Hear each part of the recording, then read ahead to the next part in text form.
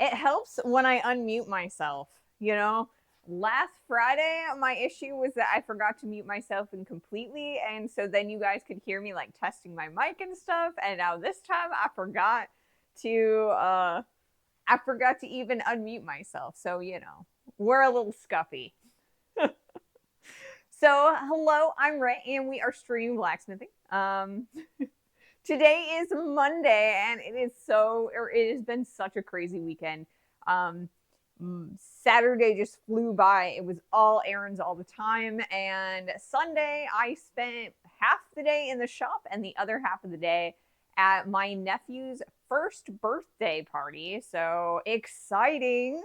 Um, the butler's sister had a kid last year, and so today, or I mean not today, yesterday was their first birthday, so that is super exciting. It was a blast, and yeah, it's a good time spending time with some family and hanging out. So I feel like I had no time over the weekend, so we're back at it anyway, and so let's get going. Got a couple things to talk about as far as like just general stuff. But first, I'm going to get started or get the forge started. I always forget what I'm calling it, but maintenance or something like that. I don't know.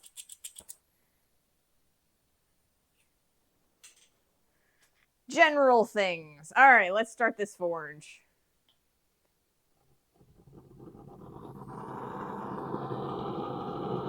All right. Nice hot baby forge. So today, we are going to be continuing to work on our butter knife. And so I'm going to heat this guy up. We're going to put it in handle first. I really want to work on this fat section here, kind of draw that out into more handle length so we can get a nice scroll on the end. And then we've also got to thin out the blade a little bit further. It's pretty darn thick.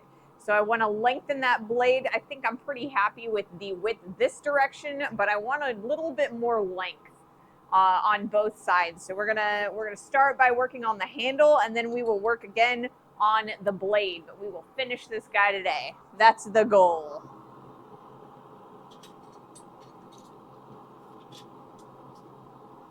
All right. Let me put my headphones on so I can hear myself. You guys can always hear me better than I can hear myself. It's pretty darn loud, but I've got some noise canceling going on with the microphone, so, All right. So, like I said, I spent half the day yesterday working out here in the shop. I was actually making or cleaning up some of the projects that we've been doing recently so I can get some beauty shots for the videos for YouTube. So the one that I was particularly proud of is I finally finished our Mandalorian pauldron. So it's all nice and shined up, and we've got our mud horn on the side. I plug welded it on there. So what I did was I drilled a couple of holes and I put the mud horn on there, and then I put a bead of weld in the hole and through to the back side of the mud horn. So it is now affixed on there. It's not going to come off, and I think it looks pretty good. It is on the opposite side that I was originally going to put it on, and so the pauldron goes this direction.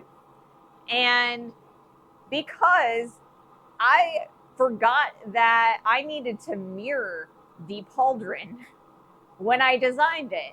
So when I showed the butler my intentions of putting the mud horn on this side, what I didn't anticipate, because like in my head it's on this side, right? But I'm mirrored to you guys, so it's on this side.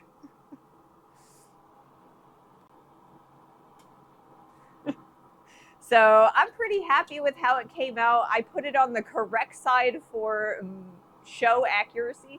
And yeah, so this is the pauldron. Gonna get some beauty shots of this guy. tonight when the butler shows or comes back home from work. So I'm super excited about that. So we are in the middle of an ad break, so I'm probably going to take a little bit of a pause on the housekeeping that we're doing today. That's what it's called, housekeeping. I always forget what I call like the little general notification type stuff that I do in the beginning of the stream. It's housekeeping. So yes, I'm going to put a pause on housekeeping until the ad break ends, and then once that's done, I will continue. Corwin on a 20 stream streak. Looks great, thank you. I'm pretty excited about the pauldron. I am hoping that the video turns out really nicely and it brings quite a few more viewers into the channel, because, you know, I'm really, really close to 1,000 subscribers up on YouTube, and I would love to break that mark. I mean, that's something that I have been working on. That's been a goal since I started my YouTube channel.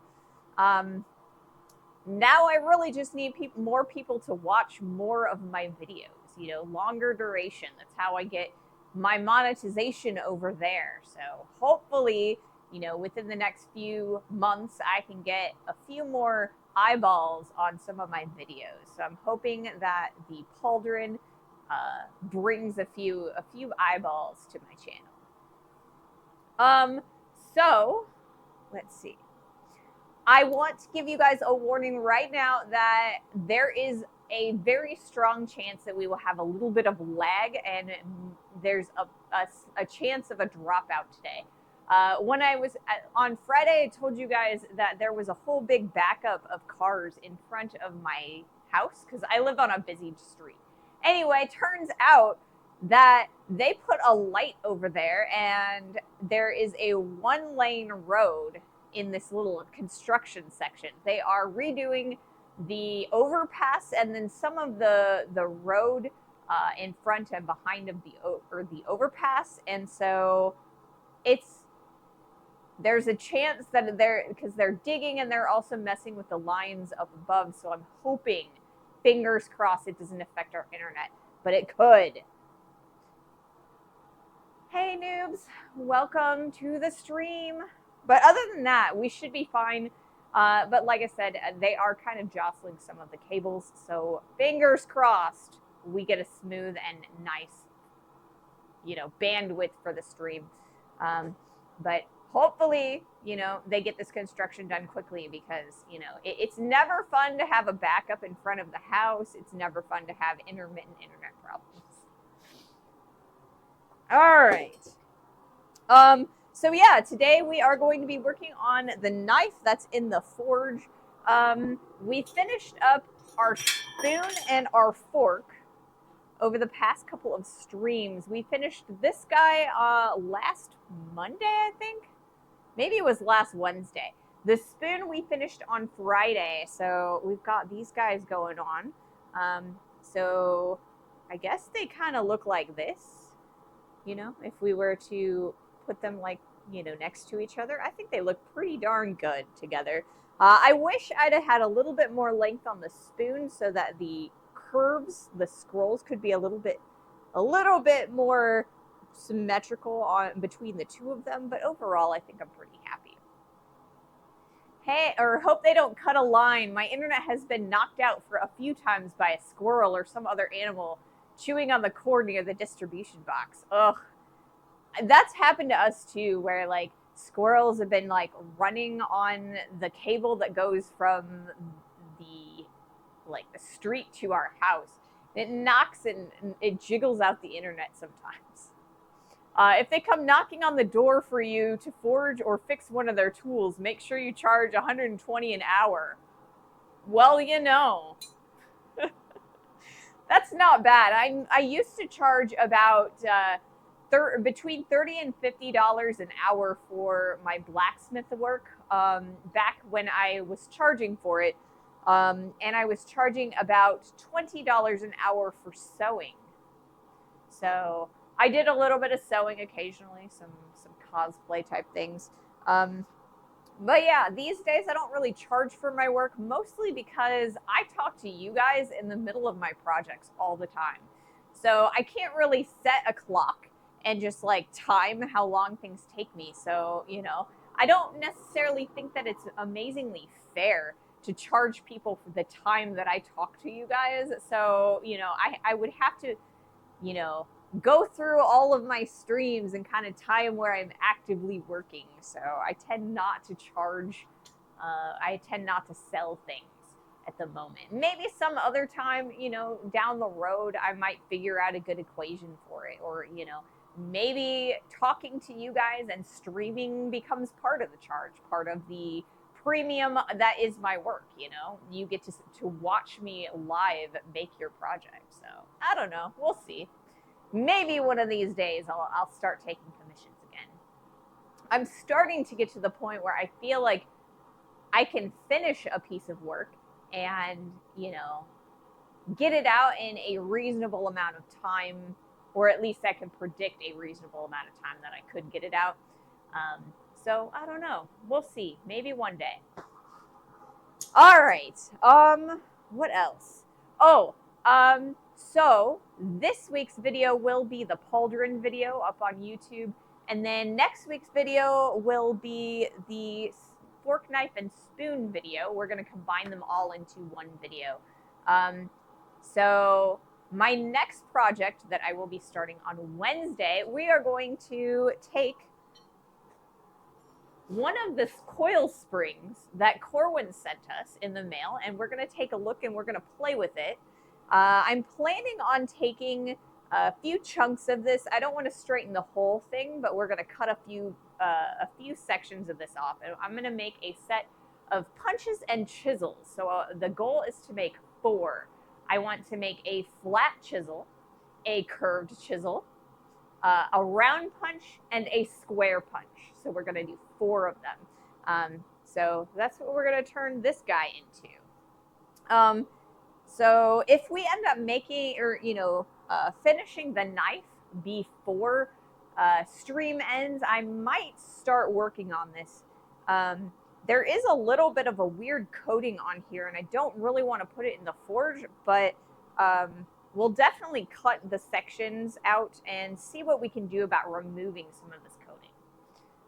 So yeah, that's the plan for the day and the subsequent days for this week.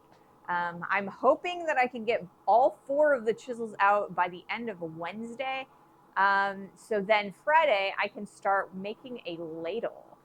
It's going to be a 2-piece ladle. We're going to forge out the handle out of some 1/4-inch square stock. And we're going to use our round punch that we make on Wednesday to punch in little rivet holes. And then we're going to take a piece of round sheet steel or maybe copper. I haven't decided which, but we're going to make the bowl out of that.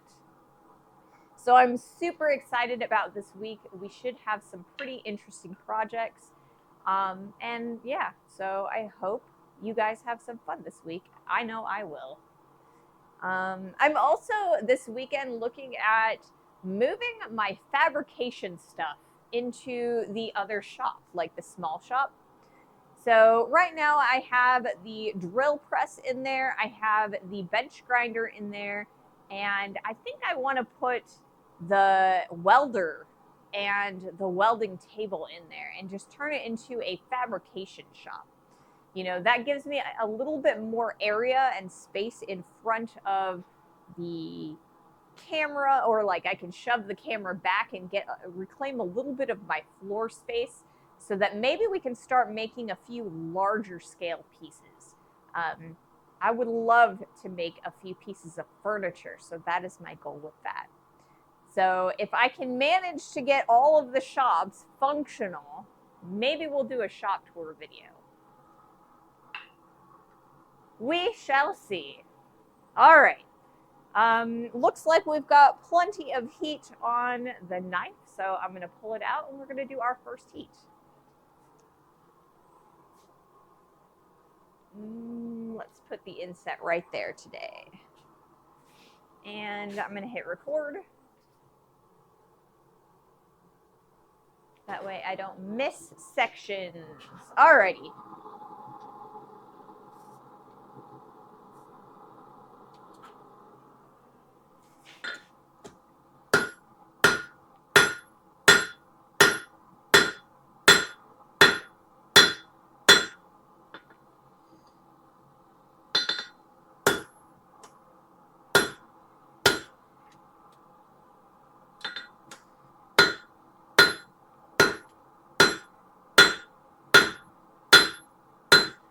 We're trying to put a little bit of a set down here to kind of separate the blade of the knife from the handle. I think I started it right there, but I think I want to move it up just a hair, like right there. And then we will, that'll give us enough material to lengthen out the tail so we can get that nice curl on the end.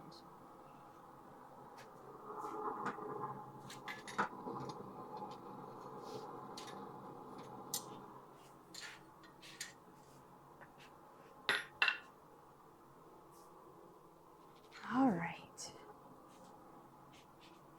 I think my anvil kind of wandered over a little bit. So if I move it over a little bit, that means I'm going to have to refocus this camera over here just to make sure that everything is copacetic and you can see everything.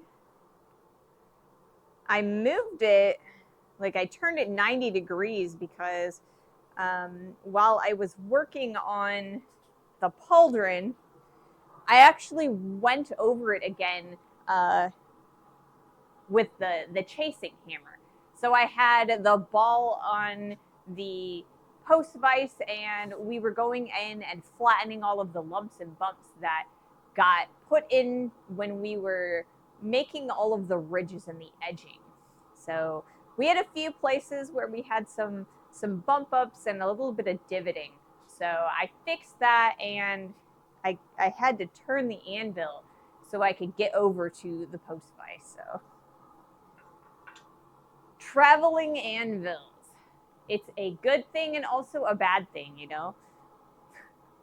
Yeah, I lose a little bit of kinetic energy that could go into my piece by having a free floating anvil. Because it does have a little bit of a shimmy and a little bit of a movement to it. And if I had bolted my anvil to the floor, I could remove that entirely. But I love the idea of just being able to pick up the anvil and take it out and do demonstrations or, you know, just move it out of the way. You know, it's very convenient.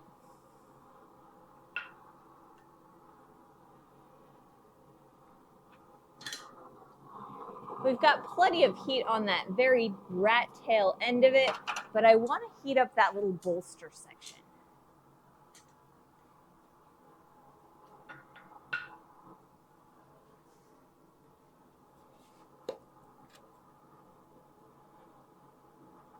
You know what? It helps when you open up the little air hole.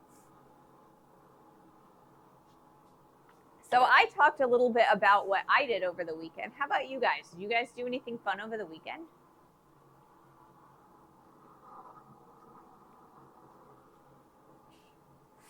The other cool thing that I did this weekend, and I don't even know if I know what I did with it, but I was also kind of making or cleaning up our trivet. I don't know what I did with it.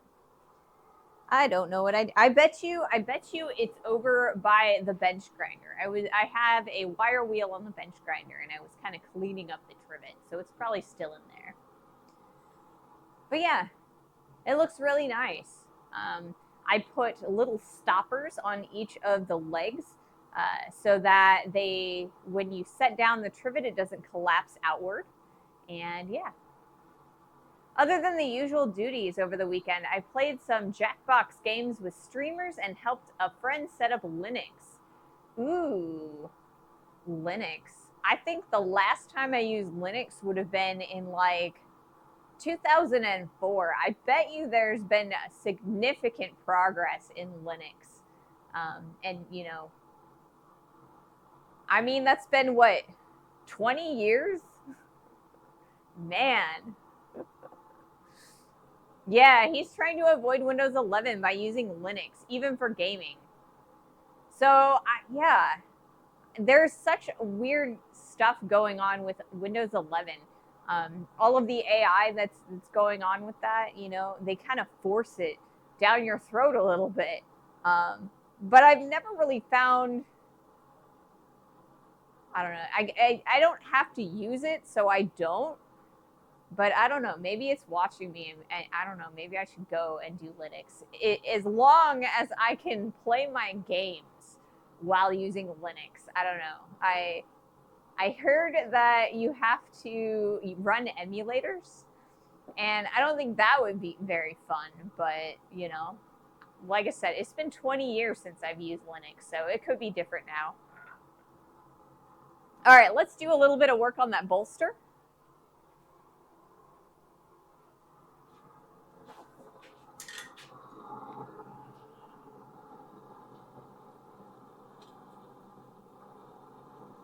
If I can get it out of the forge, that is.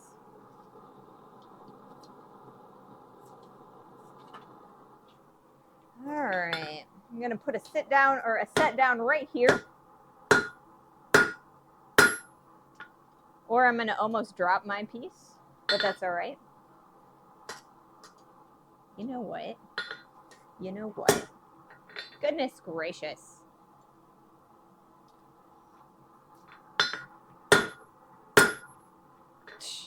I'm going to put this back in the heat, and we're going to take a look at what I can do about these tongs to get something a little bit easier to work with.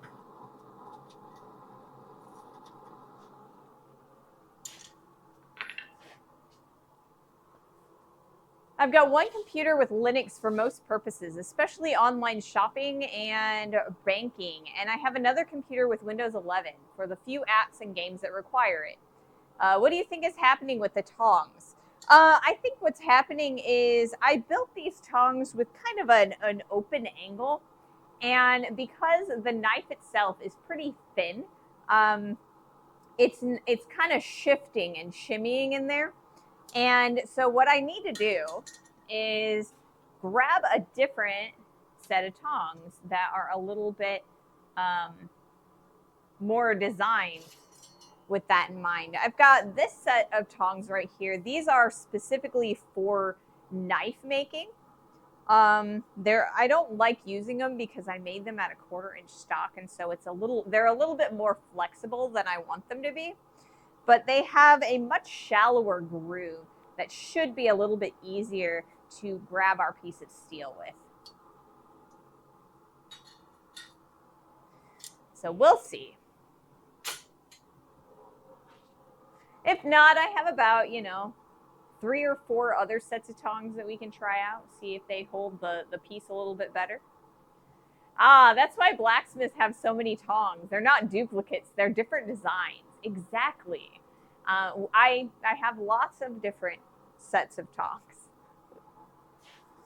So, I mean, if these guys don't work, I have a set, or this set, which is designed specifically for square stock, but it's got a little bit more grab to them. So I could try these guys. Whoops, as I drop them, goodness. I've got our flat jaw tongs that I could hold them with the flat side. Oh, I forgot to check or I guess reset the counter. I've also got these tongs, which are also pretty good. They've got a nice narrow, grabby surface to them. So we'll see which is the best as we go. Hopefully this set that I picked out right now that's probably a pretty good chance. I wish I could see the tongs up close. Okay. Let's do some tong reveal. Here, actually, you know what? I can get a little bit closer, I think. Let's see what I can do here.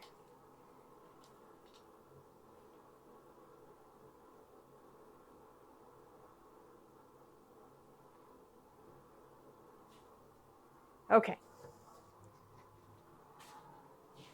So we've got this set of tongs. You can kind of see there's a nice V groove in there, but it's kind of a lot skinnier than the V groove that's in this set of tongs, right? So this is more designed for blades. So you've got that nice skinny grip so they don't move back and forth. And then I also have this set we were looking at. This is specifically designed for 1/4 inch stock. They're not amazingly well made, but It's a little bit deeper, and so there's less chance of the piece jiggling around in there. It's got a little bit more of a defined top and bottom. And then I've got these guys, and these are pretty good. They're nice wolf jaws or tongs. They've got like little indents in there. They're pretty good.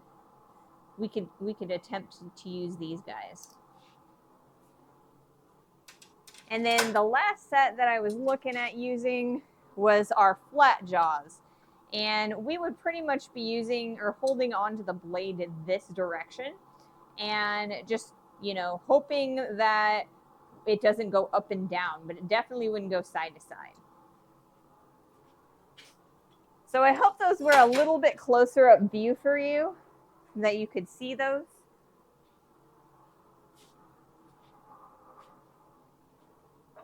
At least a little bit closer. I noticed that they don't tend to have teeth. Is that because teeth would put indentations in the work? Yeah. So a lot of times I do have a tendency to put little divots and dents into the work. If I grab a hold of them too much, so I try to keep things a little bit on the looser side with more rounded edges, because I don't want to have to take out little like scratches and dents that I put in. All right, let's try this again with this next set of tongs. We'll see how well this goes. I'm going to put my inset probably right there still. And I'm going to use that same really close-up view.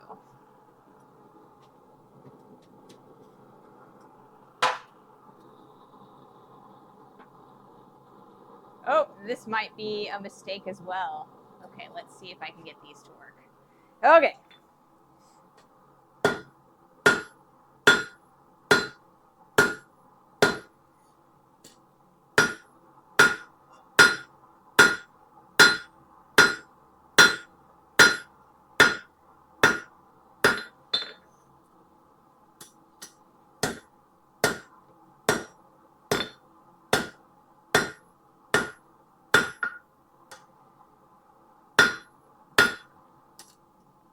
They don't open as much or as widely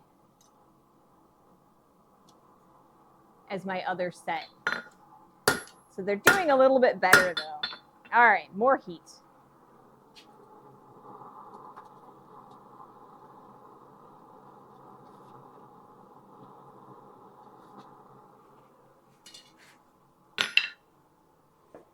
The different tongs did the trick. A lot of times they do, you know? I'm constantly making different sets of tongs. I think I have like 3 different videos for making tongs on my YouTube. Just on my YouTube in the last year, I've made at least 3 sets because I tend to make a different set of tongs for each different type of project that I'm working on. So if I find that my tongs just aren't doing what I need them to do, I'll just make another set.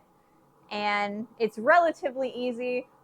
Sometimes it takes a little bit more time than I want it to, but you know, like when we wanted to make the shoulder pauldron, we were using sheet steel, and I knew that I didn't have any good tongs for working with sheet steel, so we made those flat tongs that I showed you earlier, and they worked gorgeous for working on the sheet steel using both the anvil as well as the silversmithing stakes. So, you know, different tongs for different jobs. Same with hammers too. You know, you got a million types of hammers out there that do different jobs. And I mean, a lot of hammers can do the same job, but some are better at things than others are.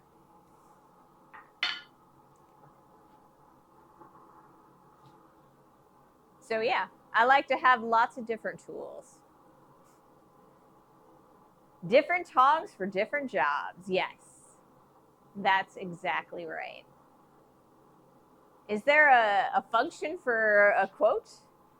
I don't think I have a quote function, but is that something that other streamers have? I'm not amazingly good at this whole streaming Twitch thing. I started streaming and I was pretty ignorant about it, and I've learned as I've gone. Oh, some streamers have that, and it's a moderator only command. Oh, okay. I see. I was just joking, trying to use the bot command. Oh, okay. I see.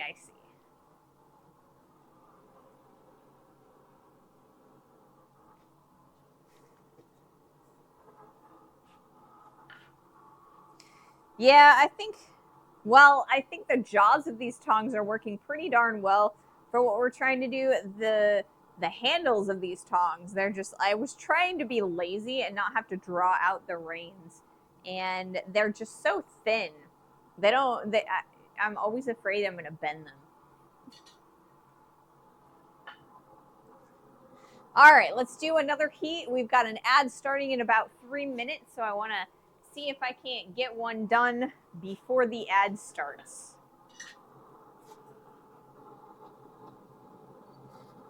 It's looking like I'm probably going to get this piece done before the end of the stream, so I don't know. Maybe we will be doing a little bit of making some drifts and punches, or I guess punches at least.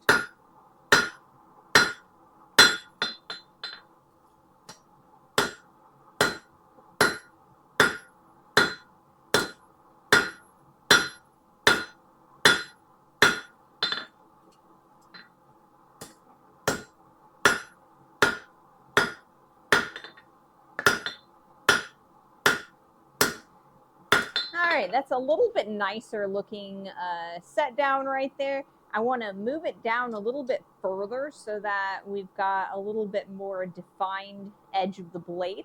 And yeah, we're going to keep on keeping on, see what we can do. I also need to do a little bit of shaping on the blade. We've got a generalized shape, but we've got a lot of wiggle room that we can kind of refine things with.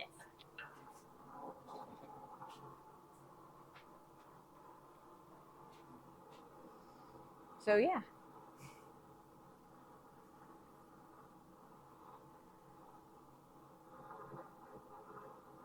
Pretty excited because I feel like I've definitely made a lot of progress since we started streaming about a year ago. So this is a piece of, each of these pieces of silverware it started as a 1/2-inch square bar that was about 3 inches long. So, you know, it's a lot less material for the same, you know, the same piece. I think I started with 6 inches of stainless steel for the first set that we did last year. What type of metal is the butter knife being made of? So the butter knife that's in the forge right now is stainless steel. So it's a particular alloy. I decided to use stainless steel because it's food safe, and I don't have to worry about it rusting on me when I'm, as it sits. And it kind of creates a much prettier surface. And it's also the type of metal that people expect when they are picking up a piece of silverware. Most silverware is made punching, or like by punching it out from sheet metal. This is a hand forged set.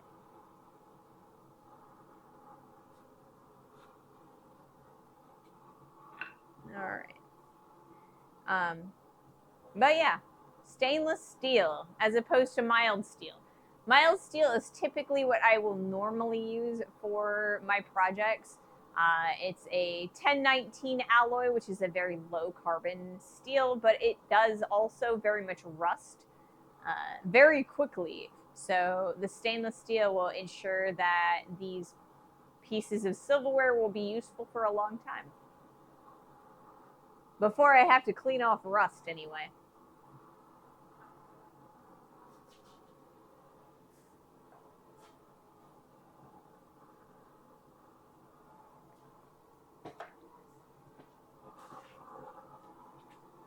So yeah, I'm starting to think that I might have to start my set of punches and chisels this stream, because this is going a lot faster than I thought it was. So yeah, I don't know. Maybe we'll spend a little bit of time, cutting the spring and getting the coating off of it. It feels like there's some kind of like plastic on there, so I don't want to set it on fire because I don't know what it's made of, and if I burn the coating off of, you never know, it might be toxic. I don't know.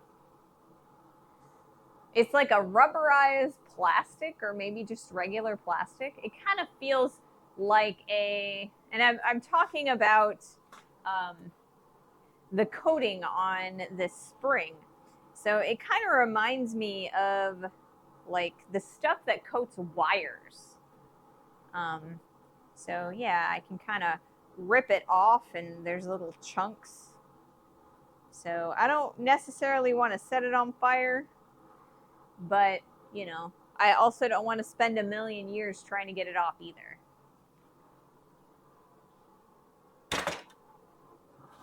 Alrighty, let's do a little bit more. Another heat.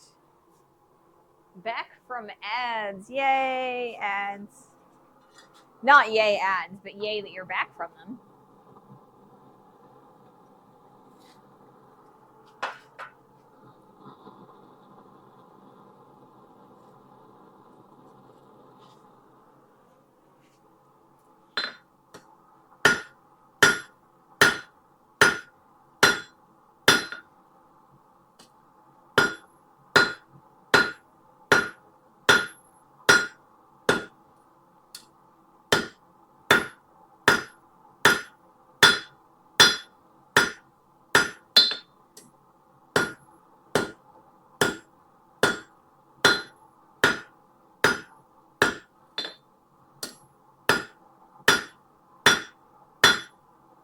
All right, I think I'm going to flip this over and we're going to start working on the blade again.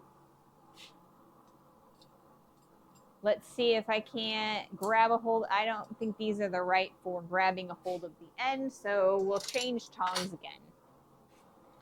I'll keep those handy though, because we're going to end up flipping it over again at some point today.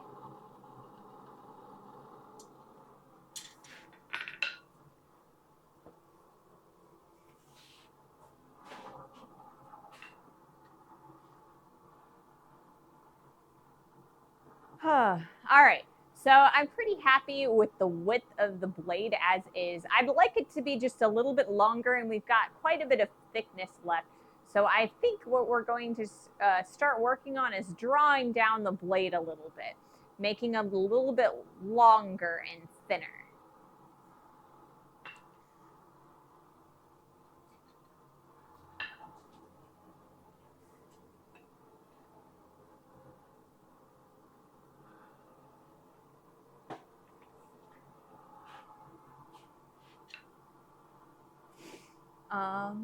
Let's see.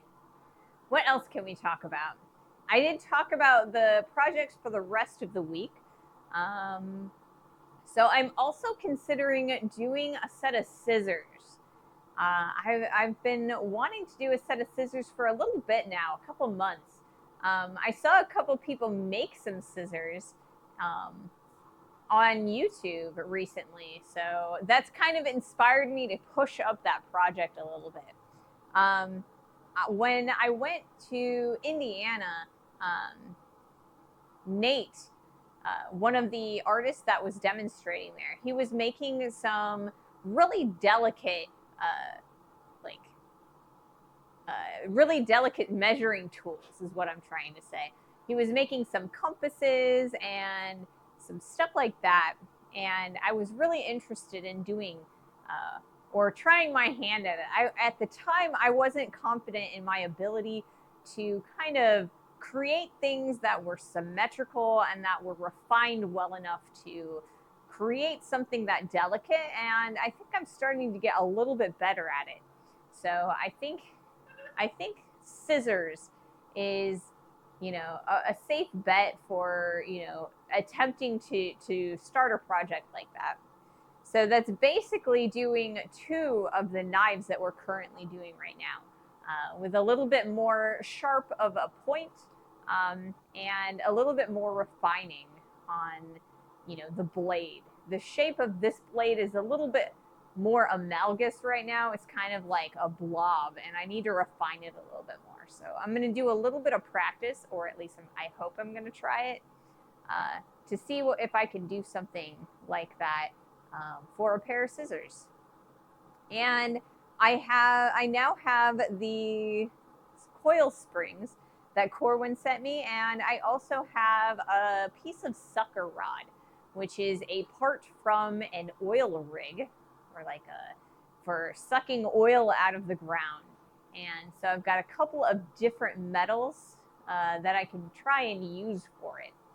So we'll see if what I decide as far as which one I want to use. They're both tool steels. They'll both harden, and they'll both make a really sharp, really nice pair of scissors. Hey, Holy Zoinks, welcome. Evening, Ray. Hope you're well. I'm having trouble with my Apple account, so as soon as it's sorted, I'll resub to your channel. Well, I appreciate your support. Whether you can just watch and follow or whether you can subscribe. So thank you so much. I greatly appreciate that. So yeah.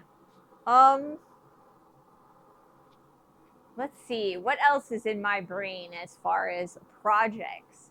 I still have the raising hammer that we made one try, which is this piece over here, and I cracked it on this side. There's a giant crack, and there's no way I can fix this, and it wouldn't stay, or it wouldn't function properly as a hammer. I also moved the hole a little bit awkwardly. It's not a straight line. I cocked the punch a little bit awkwardly. So I want to make another attempt at this. But I want to do a couple smaller projects before I make another attempt. So there's that as well. What else? We have a motorcycle chain that Mahalo sent us, and I'd like to make a hold down out of that. So I've got a few things working. And yeah, there's also a couple of conferences that are coming up in the spring. Got a lot of irons in the fire. All right, I'm gonna move the camera a little bit. And then we're gonna do another heat. Like I said, we're going to try and do a little bit of more refined shaping on the blade of this butter knife.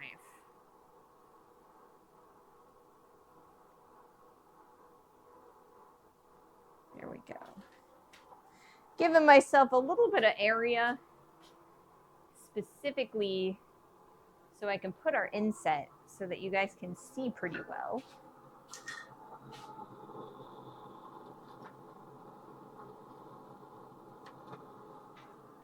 Okay.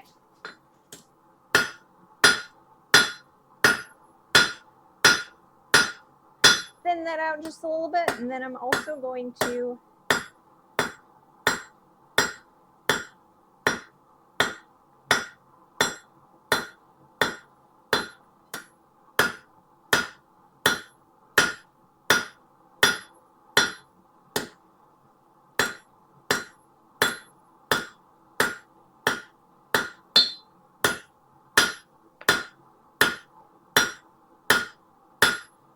and I know it looks like I'm doing a lot of back and forth, and I kind of am. But this is going to be a slower process because I don't want to end up bending this in like a taco or like a curve. I want to kind of draw it out and lengthen it out. So it's a little bit of a slow going back and forth.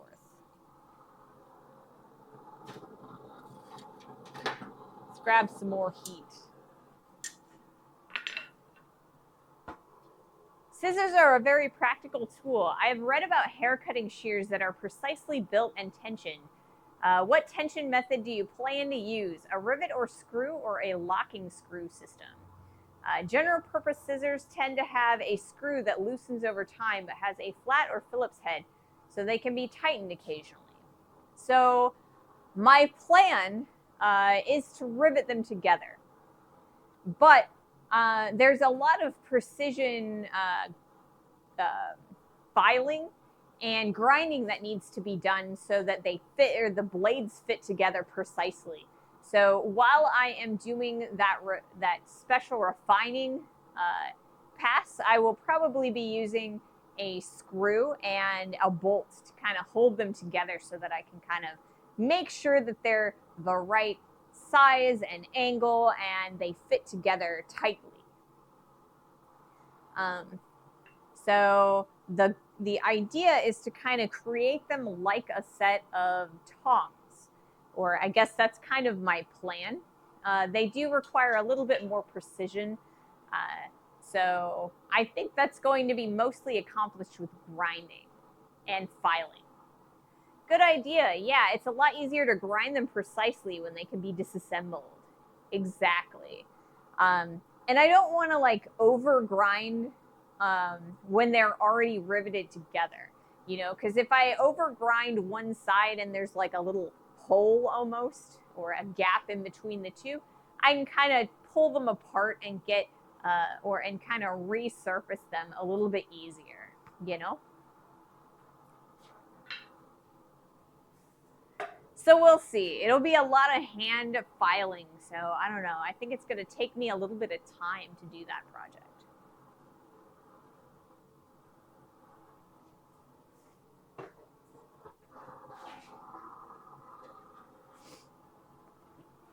But I think that it's going to be a really fun challenge project. Something that kind of drives me a little bit nuts because I hate grinding, but it's also going to be like stretching my muscles for, you know, creating something precise and beautiful, you know, at the same time, something that is also utilitarian, you know. It's got a function, but I also want it to be pretty. And yeah. Can files be made by blacksmithing, or would they have to be drop forged? So, I mean, just about anything can be made, or any metal piece can be made by a blacksmith. But there are much more precise ways of doing that. A blacksmith can and has made files in the past. However, I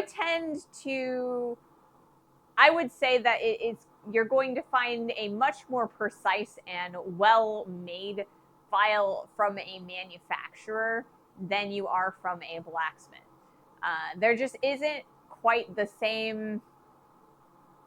Like, I don't know that there's anybody who's like specializing in files, and that's kind of one of those things that you almost have to specialize in it just to get good enough to be able to create the teeth at an accurate enough level, if that makes sense.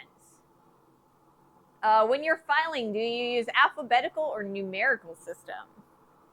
I mean, I live in the United States and I go to libraries. I use the Dewey Decimal System. The Dewey Decimal System.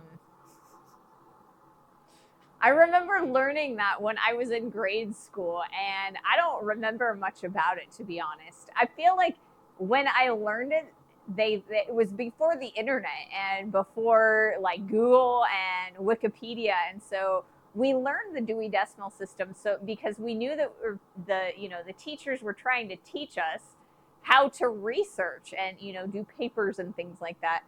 And by the time I got to the point where I was going to have to start doing research papers, we had the internet. So I didn't need the Dewey Decimal System. I learned it for nothing. And so I promptly forgot it. Turns out Dewey wasn't a great guy. Really? Like I said, I haven't done any research using, Dewey or his decimal system in quite some time. So I don't know. Is he not a good guy? You'll have to let me know how.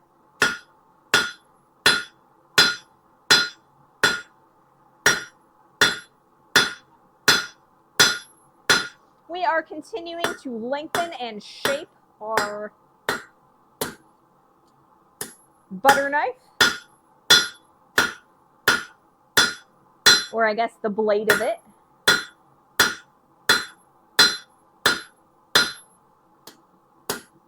It's a slow process, but we want it to be nice and pretty when we're done. All right, back in the heat. We're getting there. Not bad.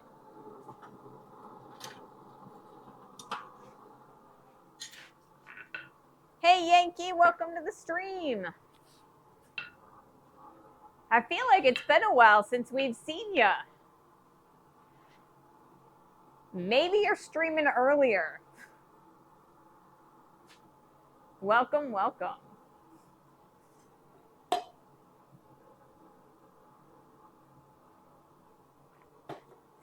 I know for a while I really wanted to hibernate, and I kind of was hibernating in the house. It was like super, super cold, all of the snow and the ice, and I went in the house and we did silversmithing for a couple weeks. Although Dewey's contributions to the modern library are widely recognized, his legacy is marred by a harassment of a female colleagues, as well as racism and anti-Semitism. Oh, see, that ruins things, right?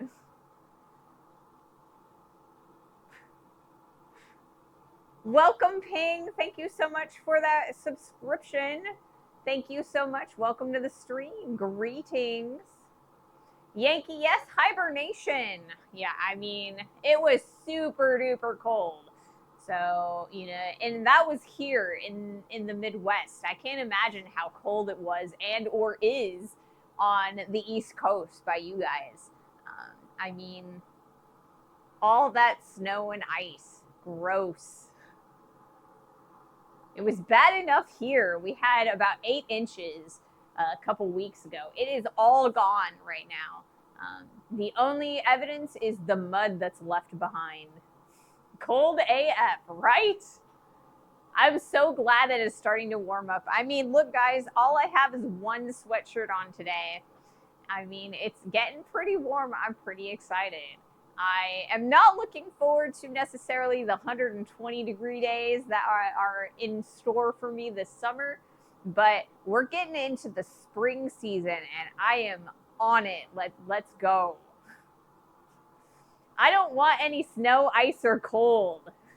Well, you know what? It was snowing in Texas a few weeks ago, too, so you got your share. But we experienced above freezing this week. Yay! Above freezing! Yeah, it's around 60 degrees in northern Illinois. Really strange for winter. Not there. Oh, okay. Well, you lucked out then. I heard there was quite a bit of snow.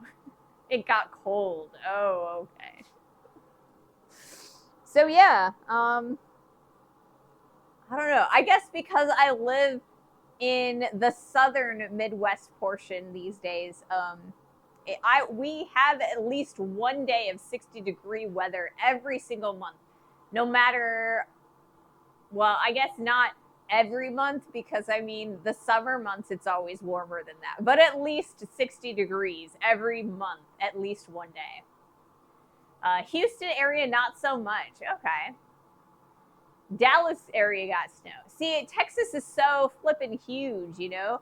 It's bigger than Illinois, and it's like you can drive from the top of Illinois to the bottom of Illinois in like 6 to 8 hours, and you're still in Illinois, depending on where you're at. It's 72, but it feels like 78. And Nimbit says it's almost 40 where you are. Wow. See, like I said, it's like in the 40s or 50s today. Let me see what Google says. Google says it is 64 degrees Fahrenheit here today. So that's pretty nice. I still want a sweatshirt. Now, if it was fall, I would not be wearing the sweatshirt. It's kind of like the whole mental thing, right? 64 degrees, I'd still be in a t-shirt and jeans, you know, walking around in the fall. But in the spring, I am in a sweatshirt until it hits 70 degrees because it's just all perspective, you know. I was just cold, I got to get warm. Hey, Rabbit Scotsman, welcome. A 5-stream streak. Awesome. Thank you so much for that support. Welcome, welcome. We are currently shaping and refining a butter knife blade. So right now I'm kind of squishing it and lengthening it. So thinning out the blade, squishing it so that it remains the width I want the blade to be, but I want to take the thin area, or I guess the thick sides, and I want to turn that into length. So that's what we're doing today. I'm doing pretty good. Super excited. The weather is starting to break. Although I am not thrilled by the fact that now that the weather is starting to break, the road construction season is starting up.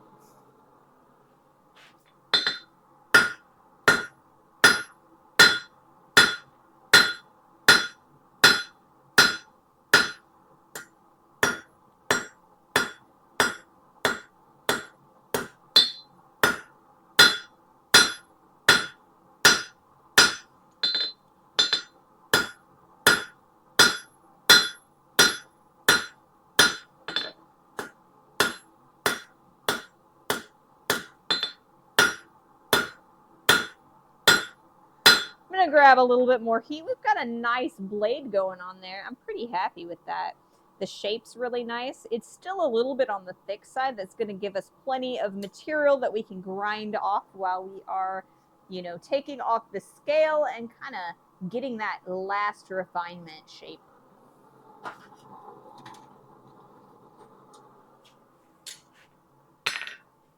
My old boss used to say there were 2 seasons, winter and road construction. I mean, sometimes that's what it seems like. And these days, in the US at least, I can't say anything about Europe or, you know, Asia, Africa, etc. But in the United States, road construction projects, they just drag forever, you know? It's like you start a road construction project and 2.5, 3 years later is when they finally finish it, which is why I'm a little bit concerned that they put in a stoplight to denote where the 1-lane road is for their new construction here. So I'm hoping that it goes away, because rush hour, I couldn't get out my driveway if I wanted to. It's just road construction season here. Well, I mean, if it's nice and warm, there's no reason why you'd have to stop, right? And I mean, I do appreciate road construction, because without road construction, then we would be driving over potholes all over the place. These days, they do road construction like they don't want anyone to get hurt.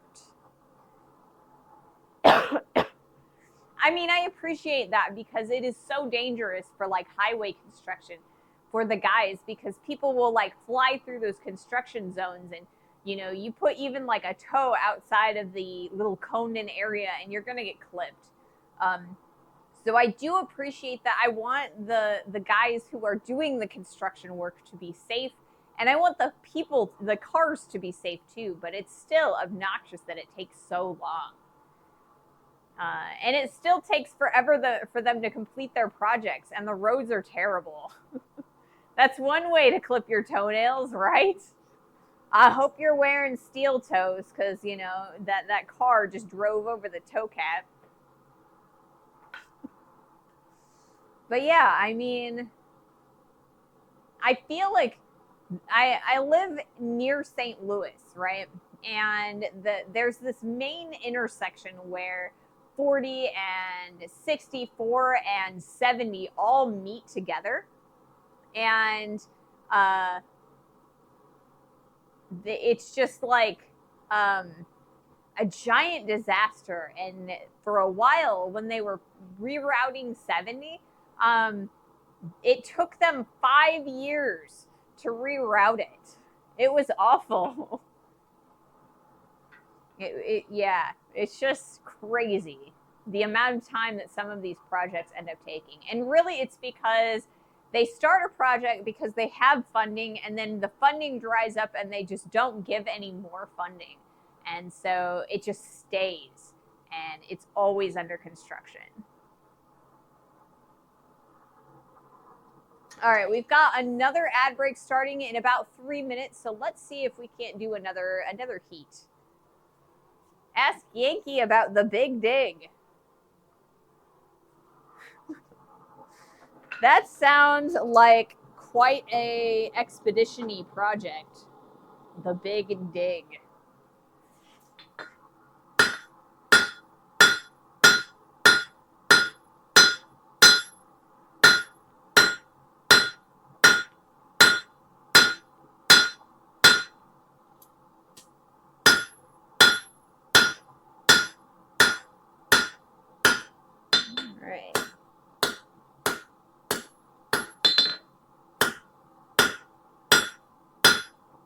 All right, I am going to shove this in a little bit further. We're going to refine a little bit of this bolster area. I also want to take a look at this heel of the knife. And yeah, so that's going to be our next heat after the ad.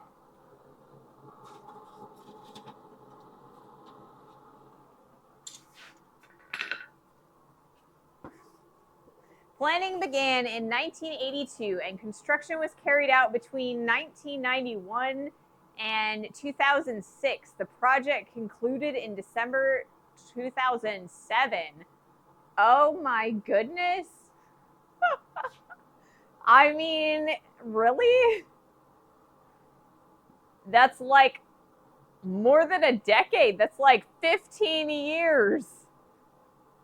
To be honest, as a finished project, the Big Dig was a great success mostly. Was it? It must have been some kind of like, I don't know. What were they even doing? Were they rerouting roads or creating new ones? Or was it just like, you know, resurfacing every year?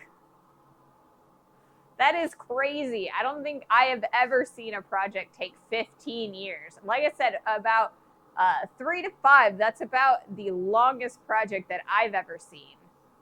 Tunnels and bridges, elevated highway. Oh, okay. See, that makes more sense, right? Because then you have to create all of the overpasses and you have to do all of the digging through whatever, you know, creating those tunnels and things. That actually is quite a big undertaking, and the amount of engineers and, you know, creating the infrastructure to make sure that your hill isn't going to collapse into your tunnel. And yeah, I mean, yeah. All the interconnected highways went underground. Ooh. Crazy. That sounds like as big of an undertaking as some of the sections of the railroad, you know, when they were making the transcontinental railroad back in like the 1800s. It sounds about like that.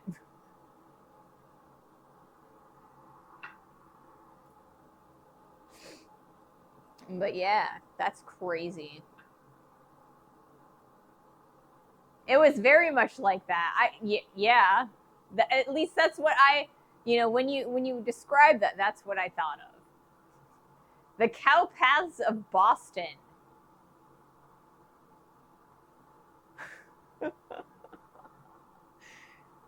I mean, they always say that, you know, when you put in a road or a path or whatever, humans are going to create a shortcut, and it's always best to pave over the shortcut or the path that humans and animals make.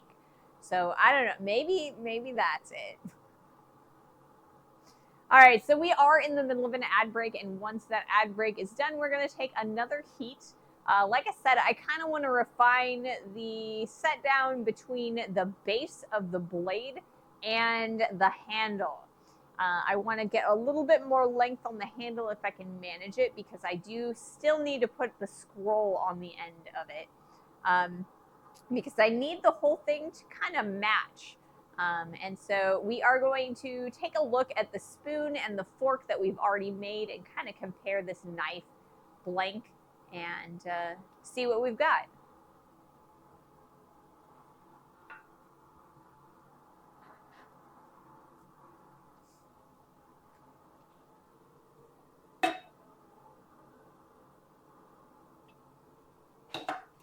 Let's change our camera angle too, just for good measure. That's a little bit too close to the main camera.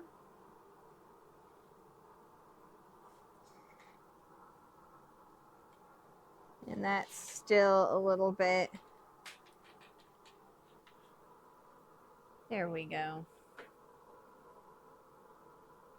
It's a little bit different.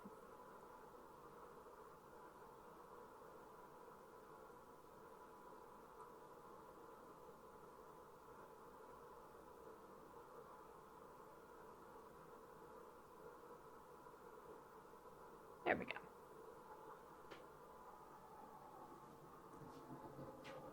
Some days it's harder to focus the camera than others because I get my safety glasses. Sometimes they fog up a little bit.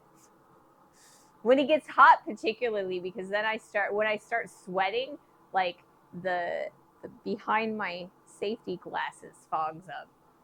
It's all wet from my sweat. It's kind of gross.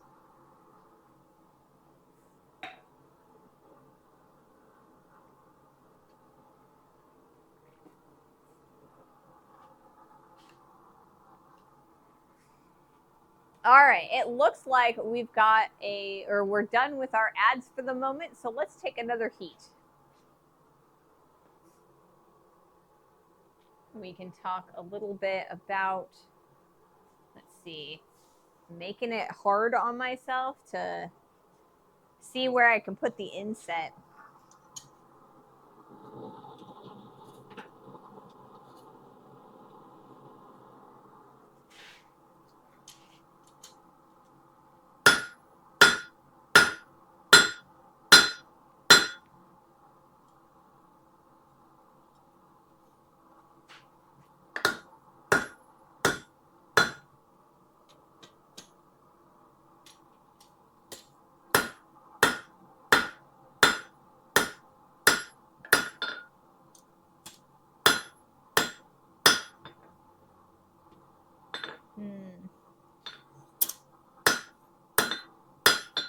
All right.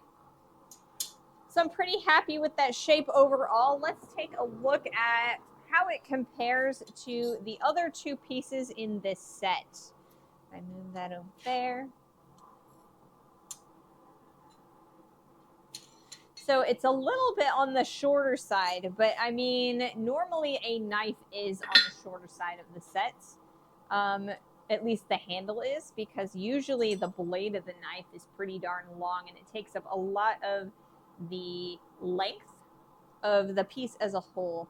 I think I need to thin out this section of the handle right here, and then I can gain a little bit more length that we can turn into a curl, a scroll, I guess. And so I think we're getting there.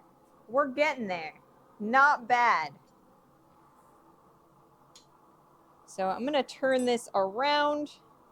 We're going to grab our other set of tongs because it'll make it a lot easier to hold on to. And we're going to put this in this way.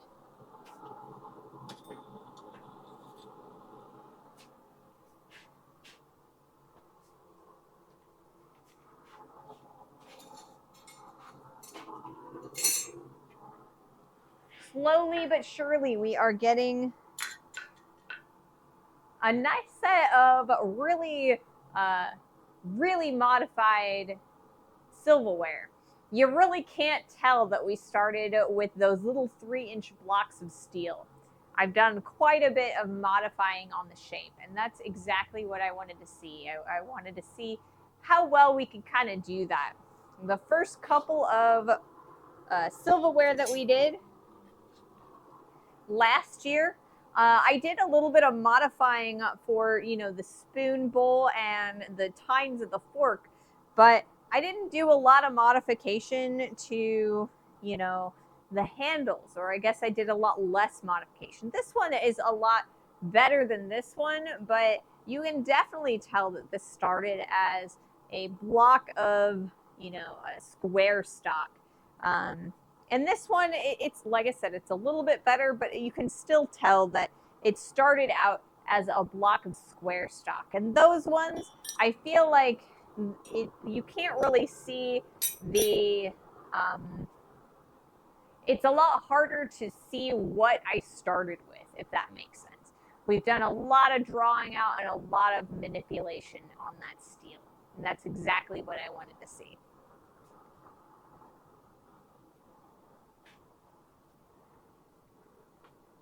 We're back to, things like this. Big long tails.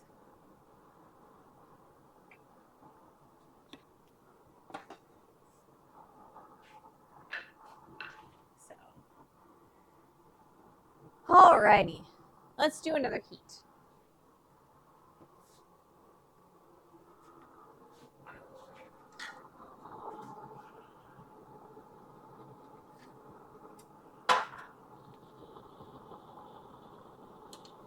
I'm going to use these tongs, but I might end up changing tongs in a few.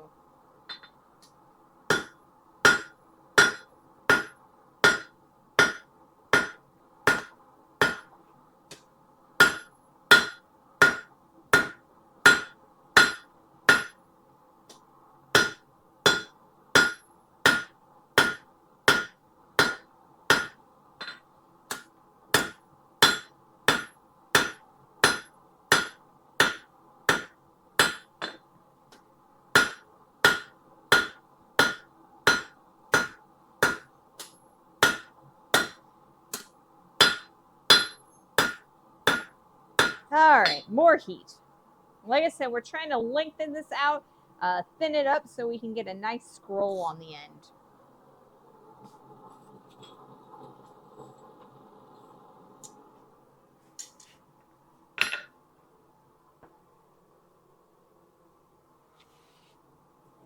Hearing distortion on the mic. Anyone else hearing it? I don't know. Like I said, I'm having a little bit of scuff. Sometimes my mic does do a little bit of static between the receiver that's in my pocket or I guess the transmitter in my pocket and the receiver that is attached to the computer. It tends to come and go, but it should be only like temporary.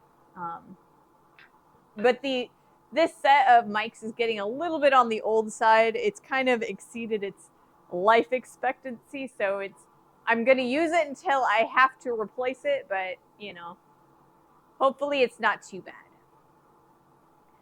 Will the handles have scales, wooden scales or something else? No, we're not going to do scales. We're just kind of creating little scrolls on them. So they are as they will be, just like so. I will take when I'm grinding these smooth and refining them with the grinder, I will take off some of the corners a little bit.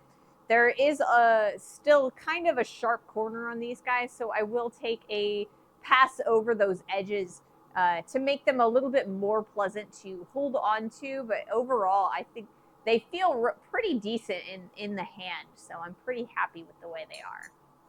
I think there's periodically noise gate stuff as the mic attempts to or adapts to the noise around the burner, and that is also the case.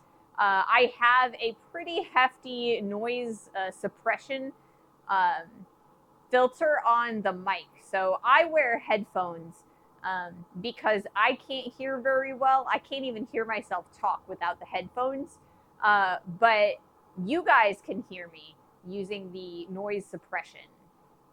Well, I don't hear distortion right now. Yeah, I could have been related to wireless communication of the transmitter. I have read that putting a transmitter near one's torso makes it more difficult to transmit due to the amount of water in the torso. Easier on the transmitter is locating it near a limb, such as the leg. Yeah, I have the transmitter is actually in my pocket down here. So it's less close to my torso. Yeah. So, it's also so that it's, less visible, I guess. It's easy to put the little pack in my pocket.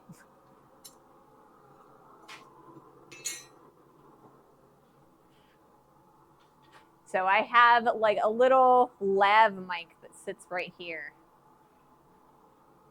But yeah, I don't know. Like I said, it's probably the difference between the transmitter and the receiver, but it also could be, the sound, the noise cancellation.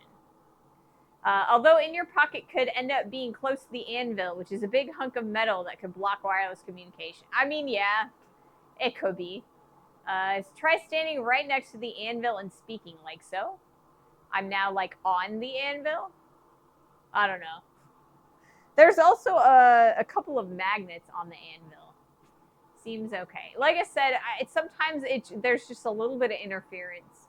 I do have a busy road right in front of my shop, and sometimes there's a little bit of interference between, if like an emergency vehicle passes or a bus or, a fleet vehicle, sometimes that also that wouldn't help either. No distortion at that time, so maybe it was just noise gate. It could be. So there are several vehicles, or like I live near the fire station and the police station. So anytime there is a emergency that's that direction, they have to pass my house. Audio engineering as a whole, or is a whole thing people often overlook.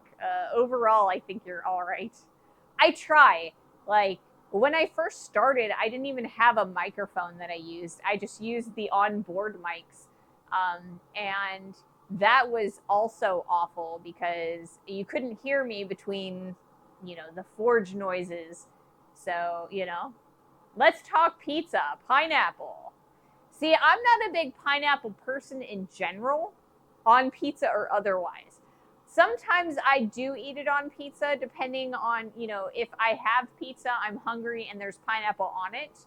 But overall, I just don't like the weird stringy fleshiness of the pineapple in general. And I know a lot of people think that pineapple on pizza is sacrilege. The butler loves it. Pineapple specifically on pizza. I don't know. What do you guys think? Pineapple on pizza or no?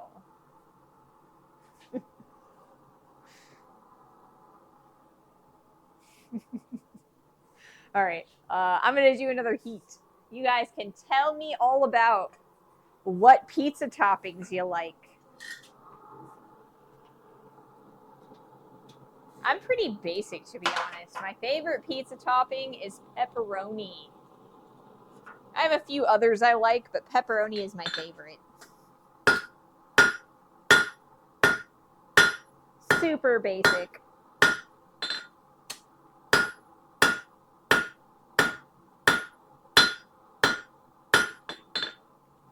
Whoop. Hey guys, I didn't drop it. I almost dropped it, but I didn't.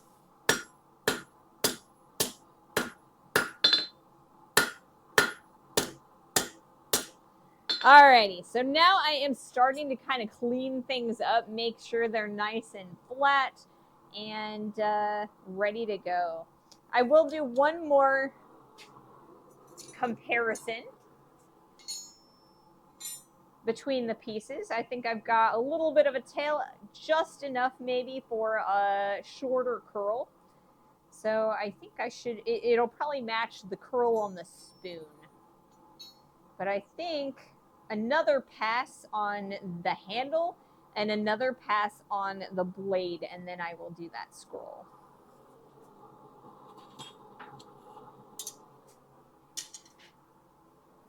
I like the taste of pineapple, and I was eating it plain for a while, but then discovered it was cutting or burning my mouth. I guess that's what the barks, or else the high acidity.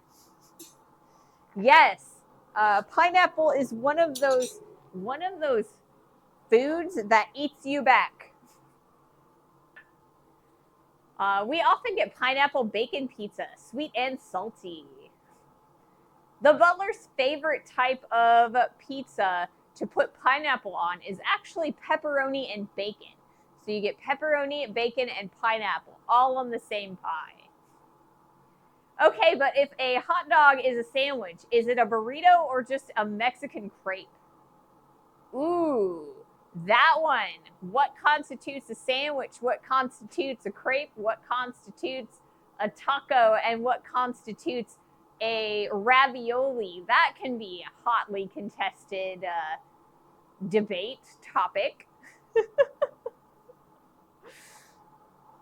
So yeah, when I was growing up, when we had pineapple on pizza, it was because we were doing the Canadian bacon pineapple Hawaiian pizza.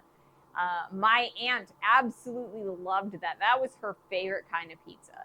And so I grew up, watching people eat that. I didn't necessarily eat it because I had my own little personal pan pizzas. That was back at Pizza Hut when I had Book It. And so I got those little personal pan pizzas for reading all my books, I like a good margarita pizza. So simple. What is on a margarita pizza? You'll have to explain that one to me. I used to work at two different pizza places, but I don't think we ever had a margarita pizza.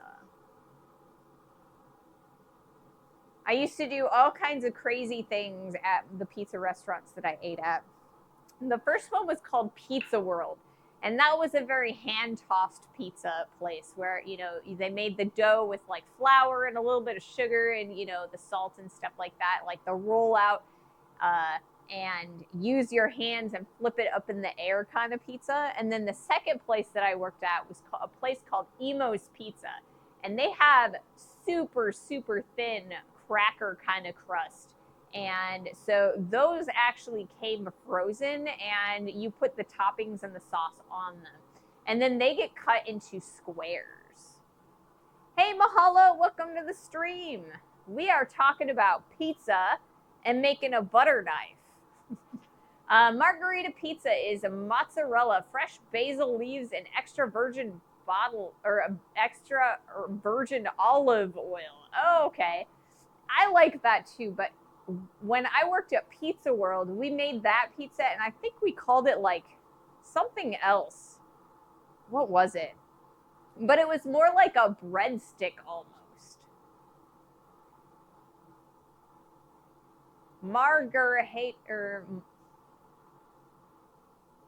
Margarita. I don't think it's like a margarita like I think of, the alcoholic beverage. That doesn't sound right. In lurking on my way home from errands. Well, I hope you stay safe, Don't watch while driving. Pineapple has an enzyme, bromelain, an enzyme that helps disintegrate protein. It also has reptides, sharp needle-like crystals made of the mineral calcium oxalate, the same substance that forms kidney stones. Ooh, yuck.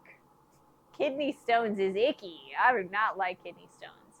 Yeah, I don't know. I don't like the texture of pineapple because it's got that like stringiness, and I don't know. I can't get behind that. I know it's just weird to have a texture thing for food, but I do. I'm sorry. Don't worry, hands-free. Excellent. I'm glad you're hands-free. But yeah, I also have a thing with like really soggy breads. I don't like soggy breads.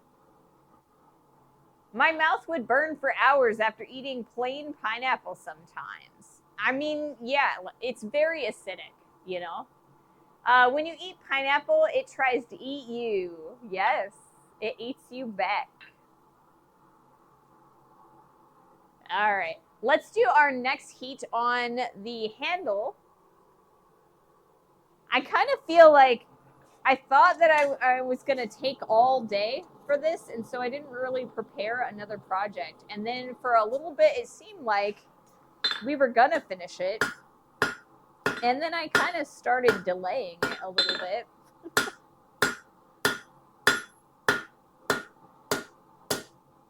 All right, I think that is pretty nice. I do want to take a little bit of time here. We've got a little bit of a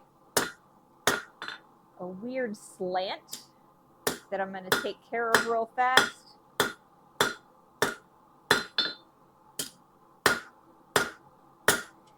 I know I said one more heat on the handle and one more heat on the blade, but I'm going to do one more heat on the handle just so that I can get rid of, we had a parallelogram and not a square profile, so I fixed that. Now we're going to take it back to square.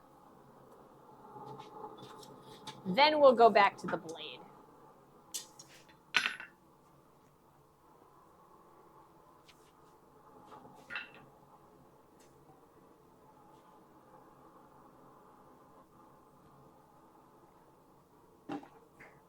It's one of those things where you notice things and then you got to fix it, right?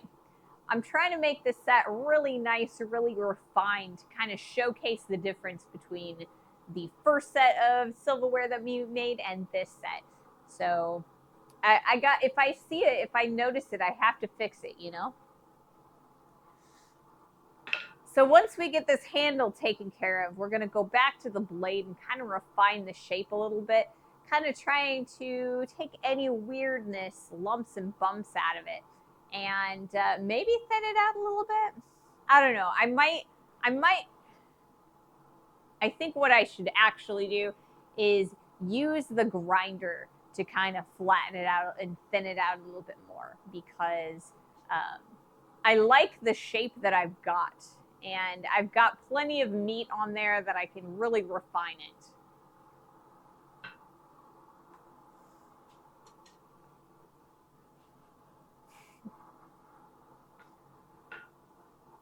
But yeah, like I said, my favorite is just plain pepperoni pizza.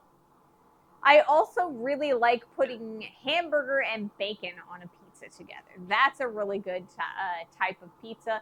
And then it's even better if you can put like some yellow cheese on it, because then it's like a cheeseburger pizza, you know? People don't think of butter knives as sharp, but I've cut myself with a butter knife before. Yeah, a lot of people don't think of butter knives as sharp, and I'm not trying to make this one sharp, but I do want to thin it out a little bit, and I want to refine the edges so it's nice and smooth. But like I said, I'll probably do the majority of that over on the bench grinder, which is in the other shop. But yeah, I cut my steak with butter knives sometimes. The butler is very good at making a really tender steak, and so it's relatively easy to get through it with just a regular butter knife. So they are sharp. Some are somewhat sharp. They're not nearly as sharp as like a steak knife or, you know, a good like chef's knife or anything, but you know, you can cut yourself with one. This one, I'm going to be very careful to try my best to dull it out and make sure that it is not sharp, because I don't want you to be able to cut yourself with it.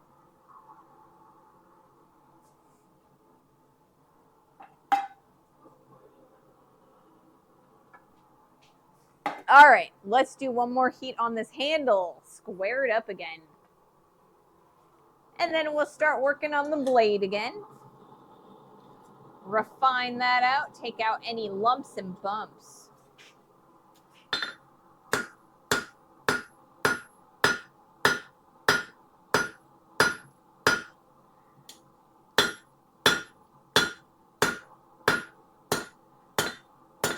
Whoops. That counts as a drop. It didn't drop all the way to the floor, but it was definitely a drop. Alrighty.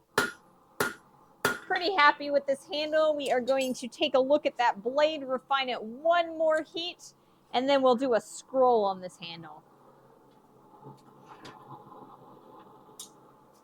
Then after that, I got to figure out what we're doing. 3 drops on the drop forge. My anvil is shimmying this direction. It always shimmies this direction a little bit. But it's overdone this time. I think it's because there's a bunch of scale, like dusty scale, underneath of the anvil right now. I gotta sweep. I'll try and do that before Wednesday. It's like I never want to sweep. I never clean in here until I absolutely have to. Or like when I'm between projects. A lot of times I will clean then.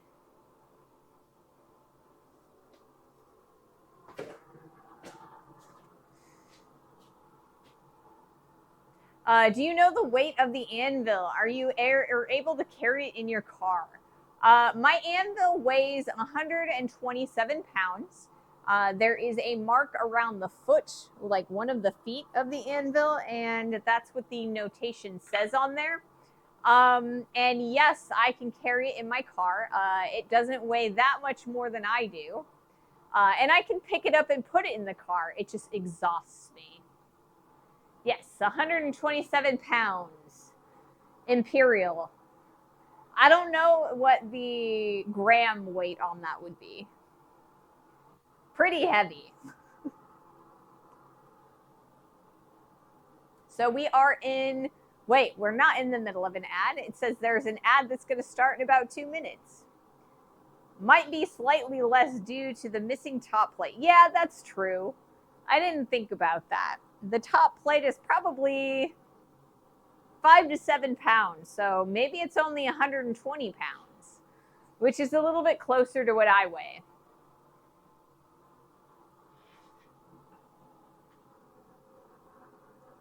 But yeah, I can pick it up and carry it if I need to. It exhausts me because I don't practice carrying heavy things enough, I think. Over time, I've gotten to the point where I can hammer for until the cows come home, at least for 4 hours. But, you know, going up and down stairs and picking up really heavy objects still really take it out of me. So I don't know. Maybe I should go and join the butler at the gym. Maybe that would, you know, help me with, you know, carrying things. But it just exhausts me. I feel like I'd be able to carry some stuff or, you know, do a little bit of lifting, and then I'd have to wait for the butler to finish their sets. Yeah. But yes, we have a lovely broken top plate. Well, I guess it's not lovely, but it's still functional. It's still got quite a bit of return, you know, not, you know, 90 to 95% like you would really want to see, but it's got, you know, probably about 75% return, which is pretty darn good for just being raw iron base. So yeah, it's a pretty good anvil. I have another anvil that's out in my carport, and that one is about 120 pounds. It's a big fat one that I got from Harbor Freight. Back in the day, they used to carry a really large and nice anvil. They don't carry that size anymore. I think the biggest one that they carry these days is about 70 pounds. And I think last I checked, it was about $80. That one isn't terrible. It's relatively soft, though, the top of it. So it's a little bit easier to ding and nick with if you have an errant hammer blow, but you can totally fix those even without a grinder. If you minorly heat the surface of your anvil, like, you know, after you've been working on the surface for a while, you can hammer back the bump into the divot and resurface that anvil pretty easily.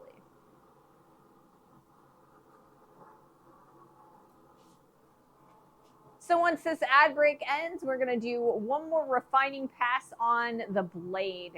We do have some lumps and bumps and some weirdness into the shape, but I think we're going to use the grinder to take that off.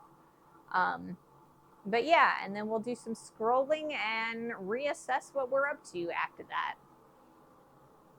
We might spend a little bit of time cutting apart a few pieces of the spring and getting off some of that coating.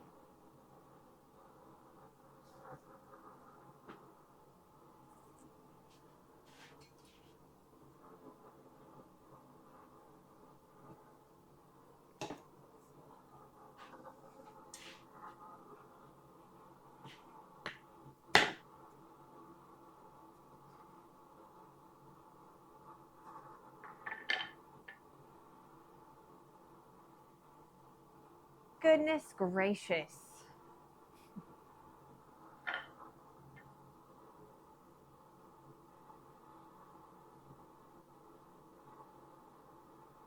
You know what? I totally forgot that last weekend was Valentine's Day. We were so busy that I don't think we celebrated Valentine's Day. We were gonna go to lunch on Saturday, but we ended up we went to Texas Roadhouse, but it was like gonna be a 2 hour wait to sit down, and so we ended up going to Qdoba instead, which is like the, fast food Mexican place. It's a little bit nicer than Taco Bell.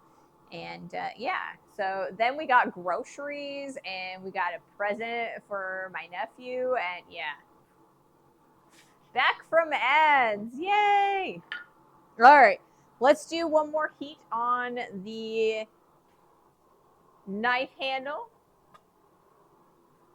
Yeah, Qdoba. It's nicer than Taco Bell. It is nicer than Taco Bell, but only so, Only so much nicer than Taco Bell. It's still very Americanized Mexican food.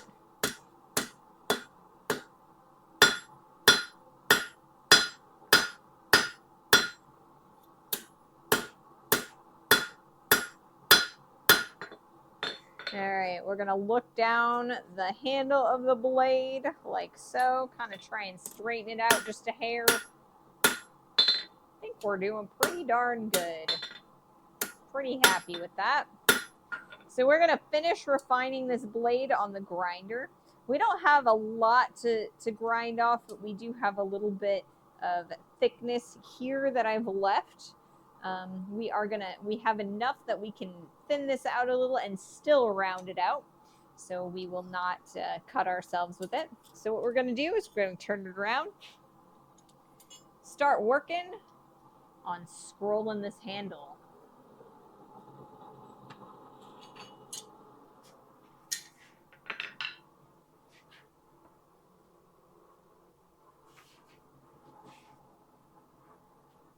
Hi diddly ho diddly. Burritos. Hello. Hey Knots, welcome to the stream. So we are just finishing up on our butter knife, and then I gotta kind of figure out what I want to do after that. I pulled out one of the springs that Corwin sent me in the mail, and I think we're going to cut it up a little bit and turn it into a couple of punches and not drifts, chisels, punches and chisels. I want to do a round punch, a square punch, a straight chisel, and a curved chisel. And there's a little bit of coating on it. I don't know if it's plastic or rubber or somewhere in between. But I want to get some of that off of there before I toss it in the forge because I don't want to set it on fire. I don't know what it's made of. So we're going to cut a couple pieces off and see what we find. I started a nail header last night. Ooh. You got to show me the design. I was unable to watch your stream yesterday because I had, at the beginning of the day, I had a birthday party for my nephew. And then when I came home, I had to finish up working on a couple of projects for a video. It's nasty. Don't burn it off indoors. Yeah, I don't want to burn, like, that's why I don't want to, I don't want to put that coating in the forge. I want to, like, I don't know, scrape or cut it off. So what I'm going to do is we're going to cut a section off, and then we're going to see if I can't run the angle grinder along the coating to kind of give myself a little bit of a slit so that I can maybe peel it off. Otherwise, I'll have to see what I can do, because I definitely do not want to burn it off. Like I said, I don't know what it is, and I don't know that if it's going to be toxic. I also don't want it to contaminate the inside of my forge bricks. So I don't know. We might have to sacrifice a couple of grinding discs to get it off. Wrought iron body, thick steel piece welded on. Ooh.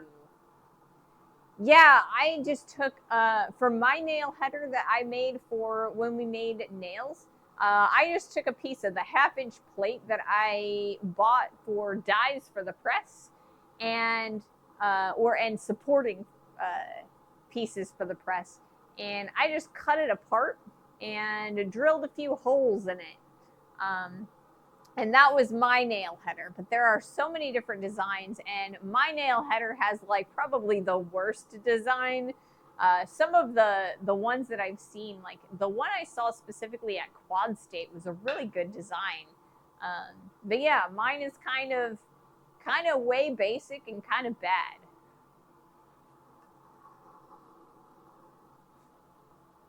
I'll have to take a look at your stream and watch the VOD. Now that it is up, I'll have to see if I can't see what you got going. All right, let's take a look and try to scroll this piece. And before I do that, we're going to take a look at these guys, because I got to take a look at I got to remember what a proper place setting is like, right? So your fork goes on the left-hand side of the plate, and then the plate happens right here, and then you got your spoon and you got your knife, right? So I want all of the scrolls to face the same direction. So the knife needs to face that way, the blade needs to face that way, and so does the scroll. So I need to put the scroll in the same direction as the blade. Remember.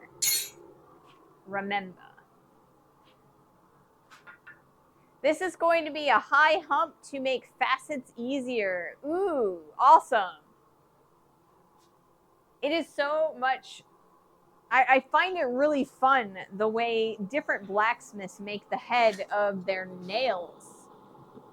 A lot of them do, like, different facets to kind of denote that it's theirs. All right, so we've got the face of the knife down, and now we are starting our scroll.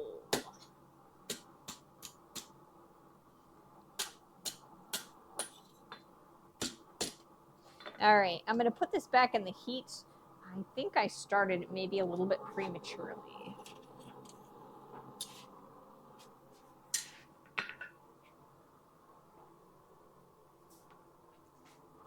And I'm also going to move the camera so that I can get a good view for you guys. I think what I might do is make the legs a little bit shorter, so you're a little bit closer to the edge of the anvil.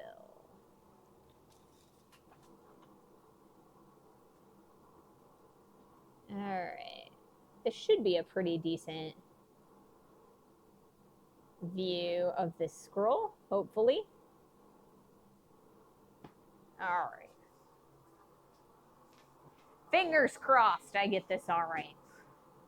Let's see. Can you guys see the camera? It doesn't look like it. It's probably too low.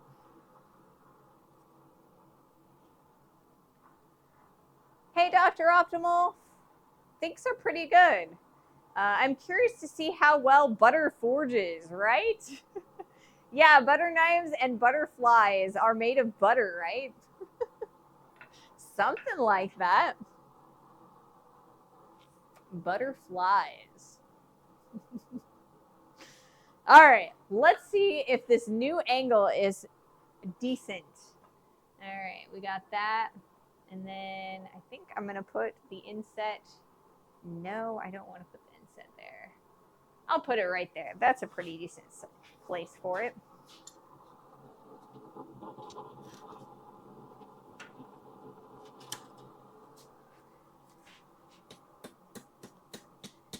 Scrolling over the edge like so. And it kind of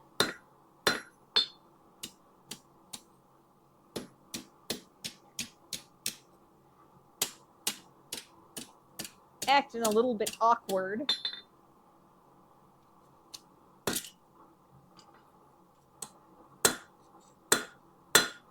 So that's kind of what that looks like. I'm going to heat this up and do another, like a little bit there. We'll probably grab the scroll tongs out. I like to start them over the anvil.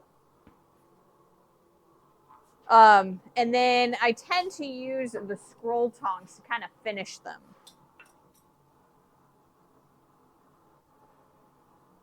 Why else would it be a butter knife? I don't know. I see when I'm making butter knives, I because this is the second butter knife that we've made on stream. When I make them, I always wonder what the best title is, because some people call them butter knives, others call them spread knives, some call them table knives. So it's like I want to kind of denote what I'm trying to make, like, you know, a fork, knife, and spoon, like the knife part. But I also am kind of like, there are so many names for it. What do I call it? This is a good camera angle for seeing the shaping. Cool. I think I need to like put that one in the rotation. I do. It is a little bit awkward. But I think it's all right. As long as it doesn't fall over. I'm hoping that it doesn't, because for some reason it looks like my back legs are a little bit shorter than my front leg. Oh, right. Okay. Let's see a little bit more of this shaping.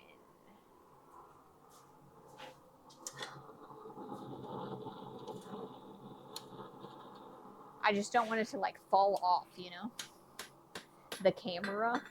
All right, so now we're going to move it out a little bit like so that way it's a little bit closer to, whoops, the right, and it's not working the way I want it to. So let's check these two. I'll move these out of the way so you guys can kind of see what I'm up to. I want it to at least look a little bit closer to that one. So comparing the two scrolls. So I need to curl that one in a little bit more, and we'll kind of, yeah.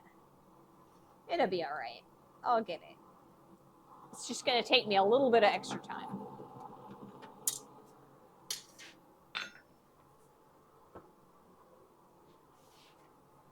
Around here, we call them butter knives, but technically, I think there is a difference in all those knives. Yes, there definitely is.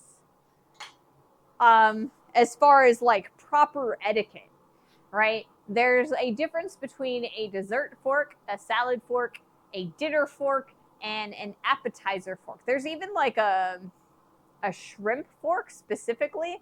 It's got two tongs. And I think there's definitely a huge spoon variety where there's like the soup spoon and, you know, the teaspoon, the tablespoon, etc. So I would, there's definitely got to be more than one type of knife. You know, you got the butter knife, you got the spreading knife, you've got your steak knife, you know. So this one is supposed to be a butter knife because I believe a butter knife has a much more rounded tip than a bread knife. So that's what we're going for. That's what I'm trying to anyway.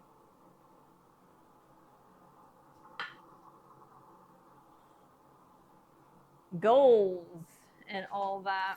All right.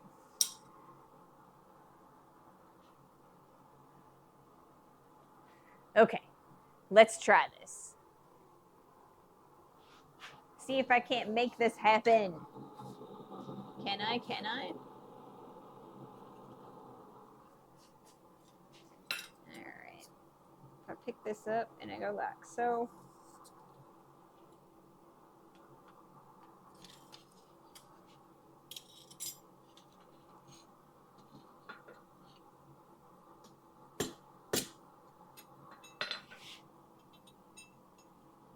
it's going to take me a couple attempts at this, I think.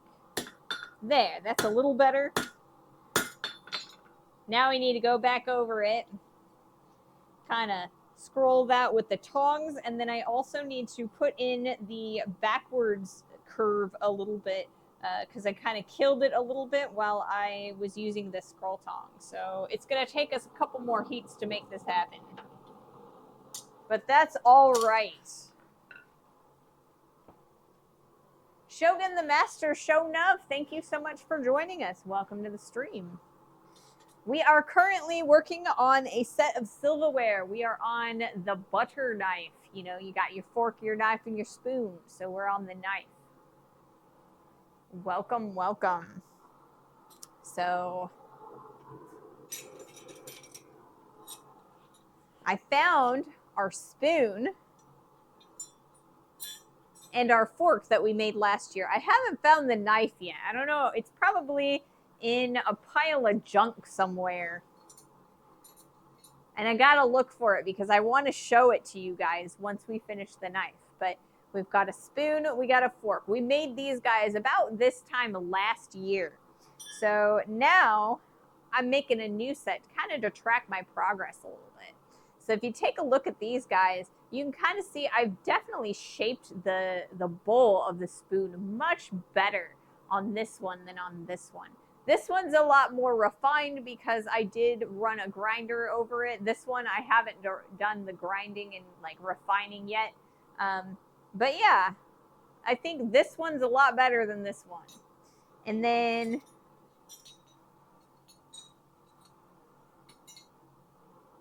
we've got the forks. And this one, I kind of made the tongs, but I didn't really modify the handle much. We just did a simple twist. So this one, we've done a lot of more work, a lot more forging on this guy than this guy. Once again, I haven't run this one over with a grinder yet, so it's still a little bit dark and got that forge scale on it. I gotta do a little bit of work on this one to match this, but I still think this one's a lot better than that one. 2 tong forks. I had to come back. I'm interested in the skill. Cool looking process. Classic forks. Awesome. Well, welcome back. You are always welcome to join us.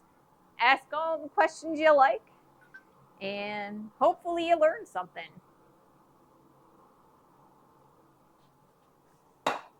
All right, currently I am putting the scroll on the back of the knife because I want all 3 of the set from this year to match, or at least partially match.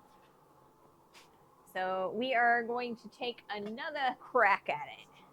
It's probably going to take 1 or 2 more heats beyond what we're currently doing right now, but we're starting to get down to the last few heats.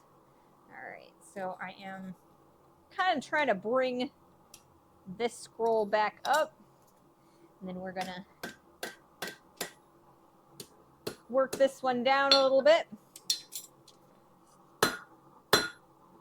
All right, so we've got a nice scroll going on there.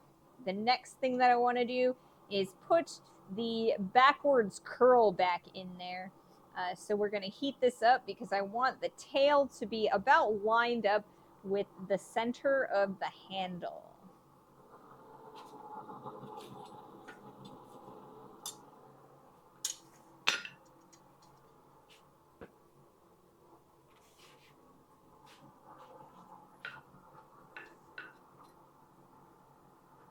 So like I said, we've got one more heat on that, and then I guess we have more than one more heat. We have one more heat on that process, and then on the scroll itself, and then we've kind of got to flatten it. It looks like it has rolled a little bit when I started curving it.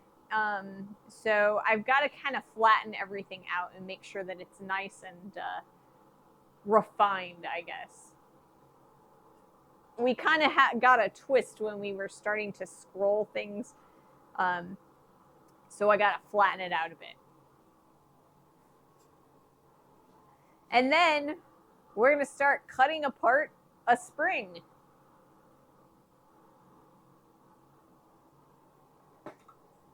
Show you kind of some of the stuff that I got to go through between streams, between projects. So my next project is going to be a set of 4 punches and chisels. So we're doing a round punch, a square punch, a straight chisel, and a curved chisel.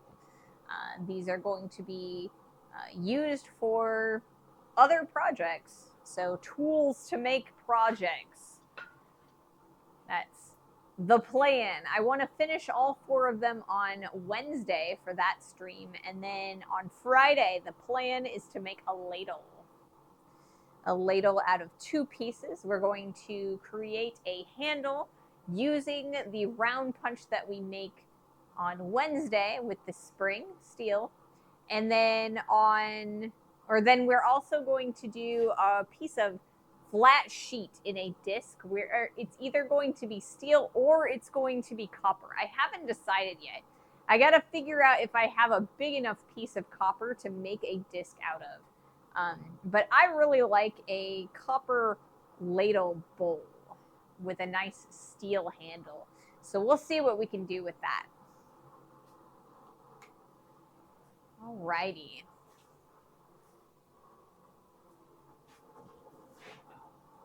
A lot of the coating on that spring might break off by hand or pry it off with a screwdriver or something similar. Yeah, I want to pry it or try my hand at prying it off because I definitely don't want to burn it off.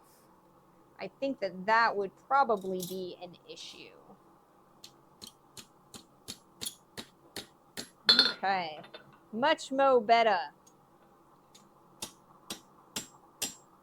Make that nice and smooth. I think that's all right.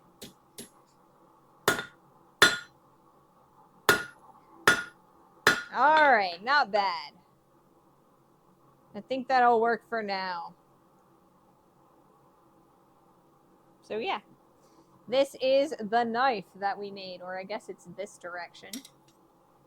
Just like so.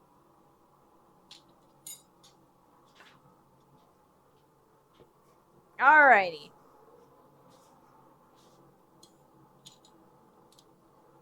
The knife. Not bad, not bad. Okay. So I'm going to put that over on the swage block so it can cool down. I got a little bit of grinding left to do on that guy just to shape it up, make it nice and fine and flat, and work beautifully for spreading butter on toast. That's the goal. All right. So the next thing that I'm going to do is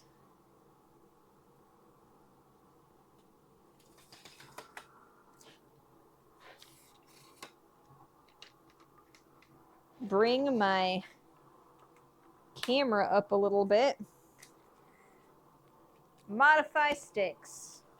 All right. How are we doing there? Okay. I don't know why, but that one has been shifting down.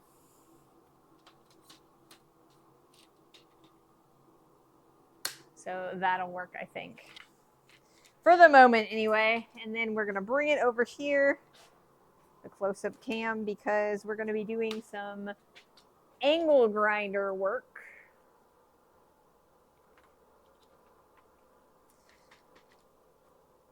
at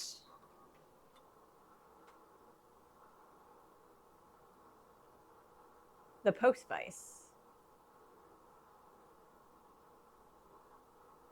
All right. So what I'm going to do is we're going to turn off the forge. And we're going to take a look at the spring. So I don't need these guys, so we're going to put those back. Whoopsie.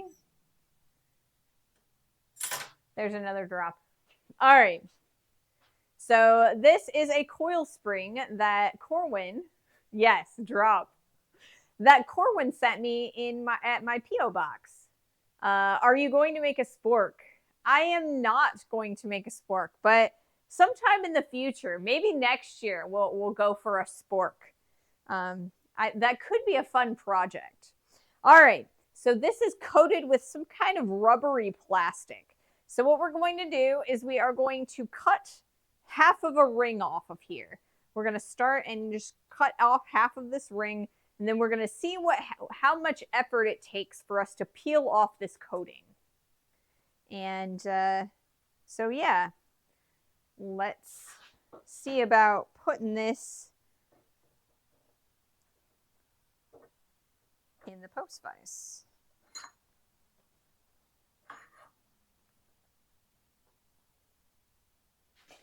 And then I think that's all right there. I'll put this guy over here. Nice spork in 2027, probably. Like I said, right now we're just doing a fork, knife, and a spoon. Like I said, we might do a spork later, just, you know, for another fun project to do. Because I like doing fun projects. Okay. Hang on a second. Let me make sure that this is on, that's like relatively in focus and things.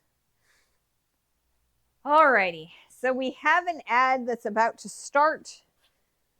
And so once that ad is over, we will cut off this spring.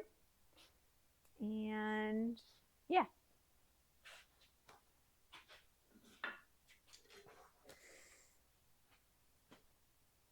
Maybe it could be, or that could be a casting project. I mean, maybe. It's definitely going, there's no way I can get a casting piece done this year right now. I just don't have the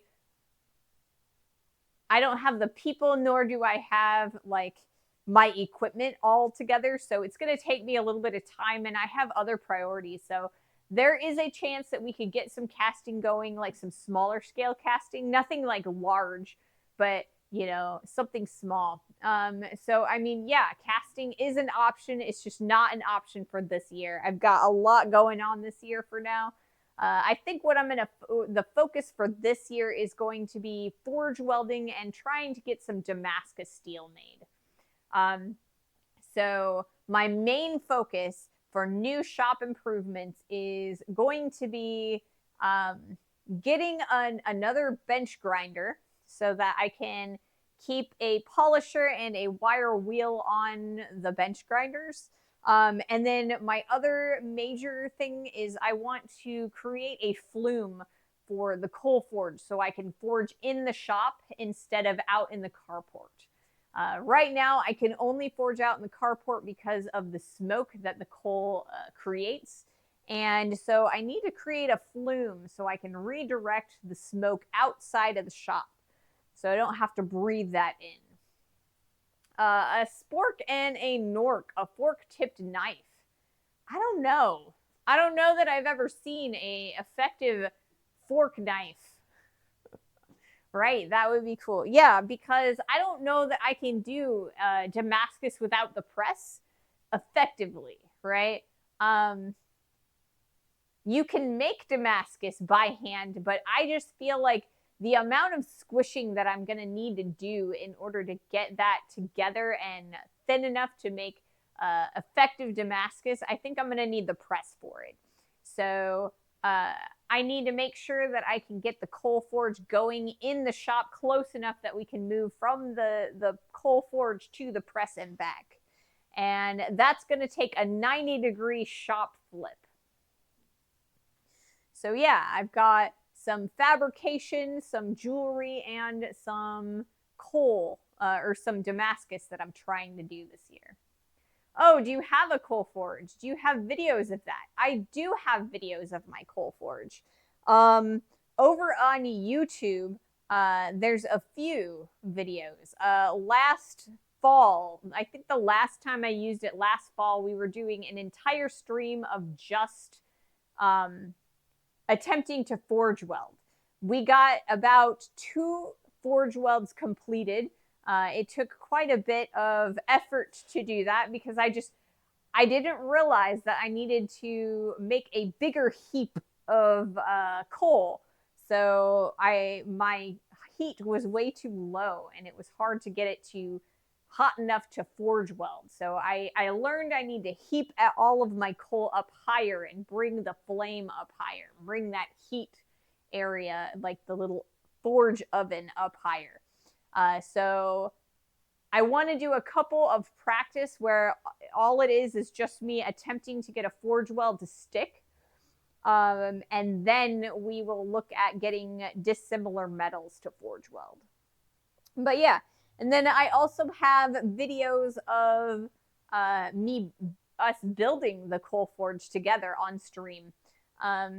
We did a lot of fabrication for that. So my coal forge, we made that on stream. And there is a video of how we went about doing that as well up on the YouTube. Thank you, Ping, for posting that link.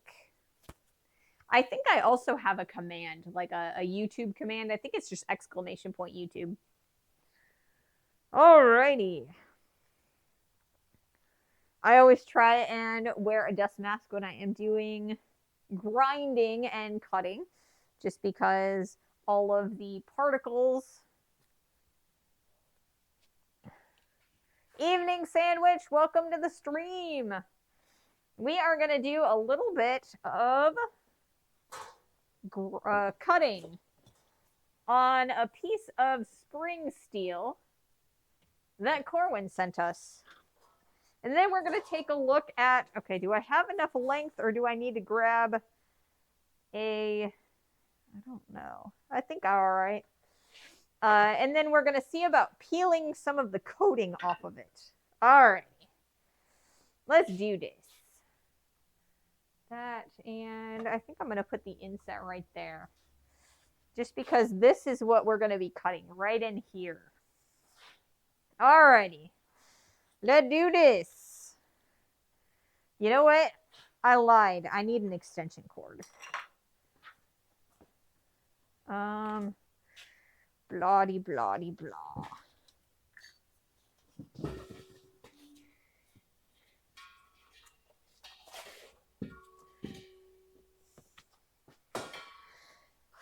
We're going to extension cord from a different outlet because it's already plugged into that outlet. It's just going to be a little bit easier to have the cord behind me than in front of me. Here we are. Okie doke. Let's try this again.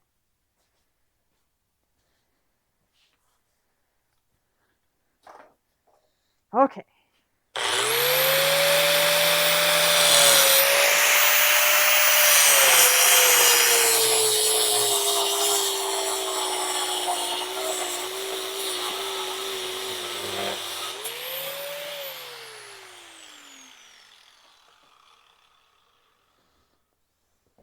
Alrighty. We've got this lovely section right here. And do I want to do another one while we're at it, or do I want to work on peeling this off? I think I'm going to cut one more off for the moment. Eventually, we're going to cut 3 of them.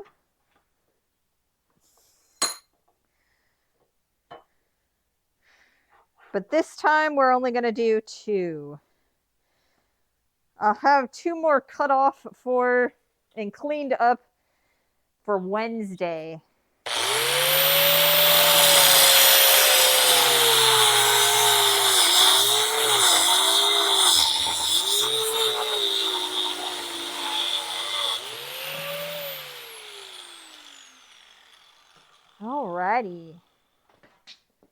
What I drop, I don't even know. Oh, okay. Alrighty.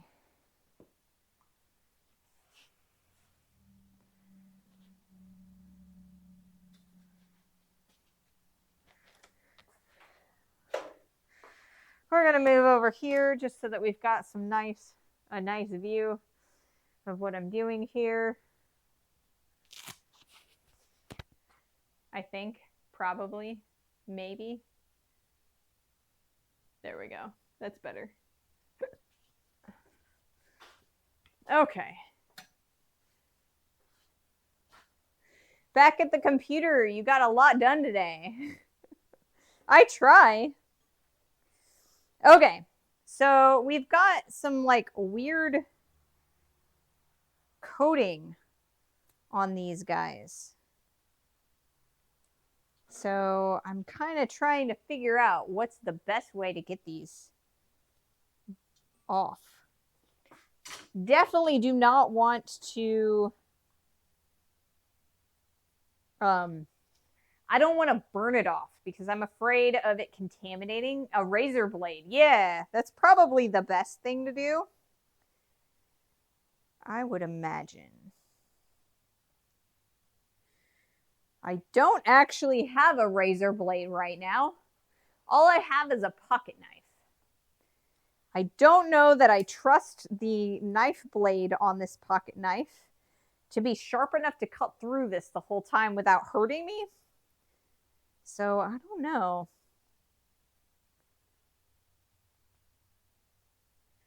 I think it might actually behoove me to run it down a piece or with the angle grinder, but then if I do that too, then we're gonna end up with a line on it, and I don't know. We'll kind of have to figure it out. Grind the blade sharp. You're a blacksmith. I could grind the blade sharp.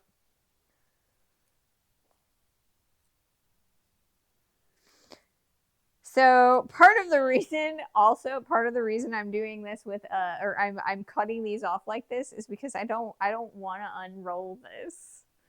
I have actually unrolled a spring before. Okay. And it's not pleasant. All right.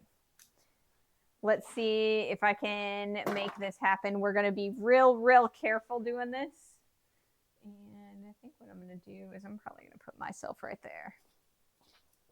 All right. So, always away from yourself, guys. Always away from yourself.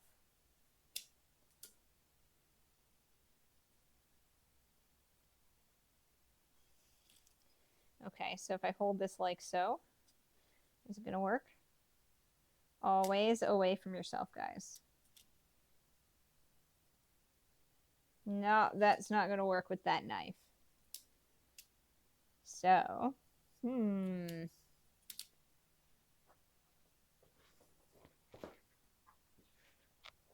Auto manufacturers ought to be making their products so they can be easily repurposed for sustainability. Something like that. Something like that.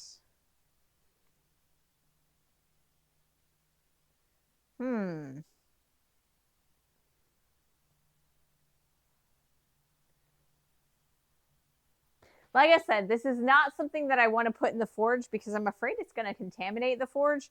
And then I also have no idea what sort of fumes would come out of this. So I need to at least like cut like you're peeling a vegetable, whittle style. I mean, maybe.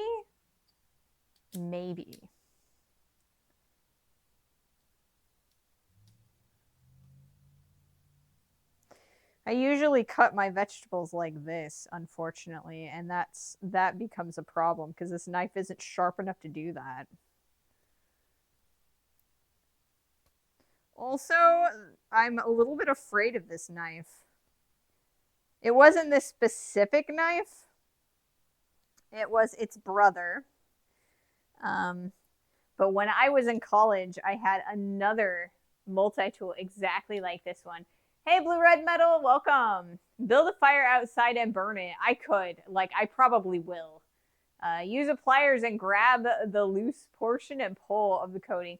It's actually more like a... So, okay, so have you guys ever worked with Plasti Dip? Right? That's kind of what this feels like. It's not like wire like coating. It kind of feels like wire coating, but it's not like flexible and movable like wire coating. I couldn't like pull it inside out. So yeah. Do you have knife sharpening tools? A whetstone? I do. Do you have a propane torch? You could burn it off outside. I think I will probably end up using the propane torch outside to do this. That's probably going to be my best bet. Yeah, because if peeling it off is going to take a while. So, yeah, Plasti Dip is kind of like, it's like spray paint, but it's like a rubbery spray paint, right? It leaves a rubbery residue. So that's kind of what this is like. It kind of peels off a little bit, but like in really teeny little flakes. And I will definitely use a face mask so I don't inhale it, because that would be, I'm really careful about my lungs specifically, because I had COVID a long time ago. Back in 2020, I was one of the very first people in my area to get it, because the butler works at a news station, and you know, before we realized what masks needed to be, they did a story in the COVID ward. Not so cool. Hey Jack, welcome to the stream. I have a couple of pieces of a coil spring. They're kind of covered in like this like weird rubbery coating. So we're trying to get rid of some of it, but I think the best bet is probably going to be to burn it off outside with a nice face mask so I don't end up inhaling anything. But yeah, acetone could work. I'll bet you that would work. I'll bet you it would work. So Corwin, have you worked with any of this yet? Have you actually, have you gotten any of this coating off yourself? Or did you send it to me so that you could see how I do it?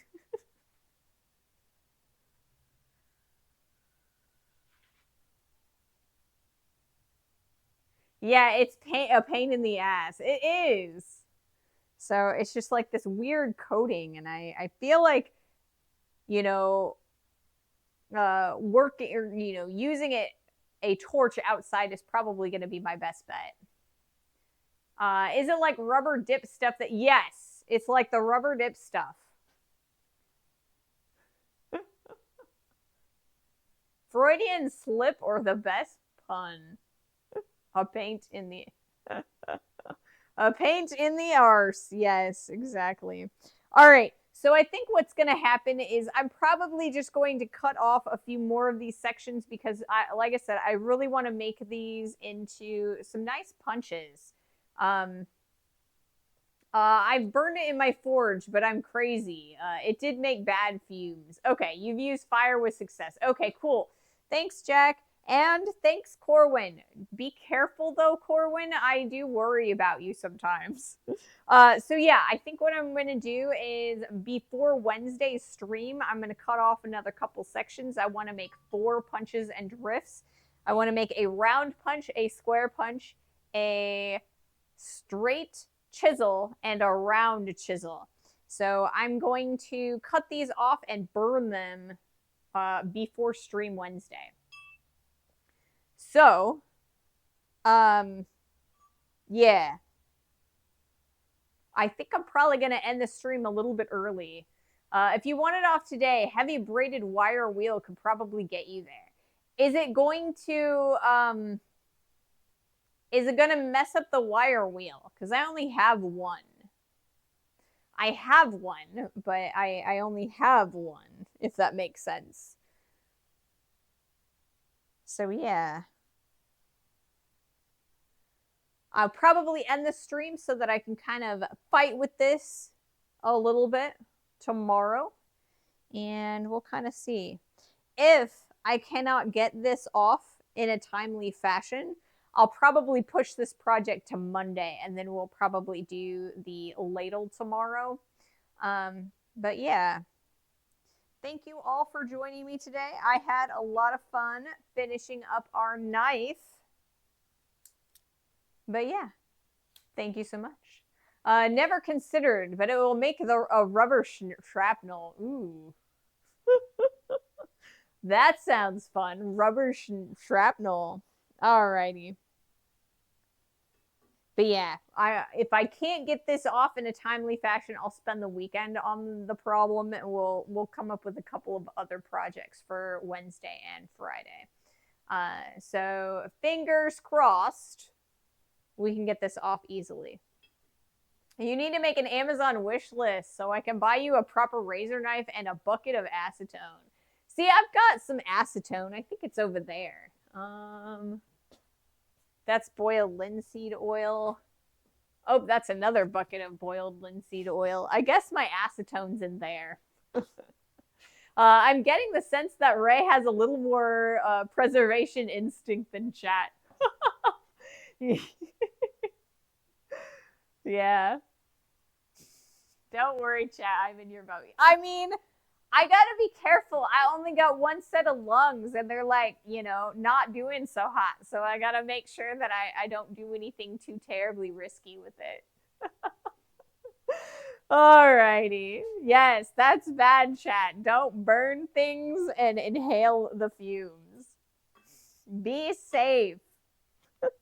All right, guys, I am going to probably end the stream and raid off just so that I can kind of deal with this. Thank you all so much for joining me today. I hope you've had a blast. I know I have. Thank you guys for continuing to watch and support my channel. Who are we going to raid today? What do we got? We got Miramac. Let's go with Miramac. I think one of you guys must have gifted me a sub to Miramac, because I got a notification this morning about that. About getting a sub.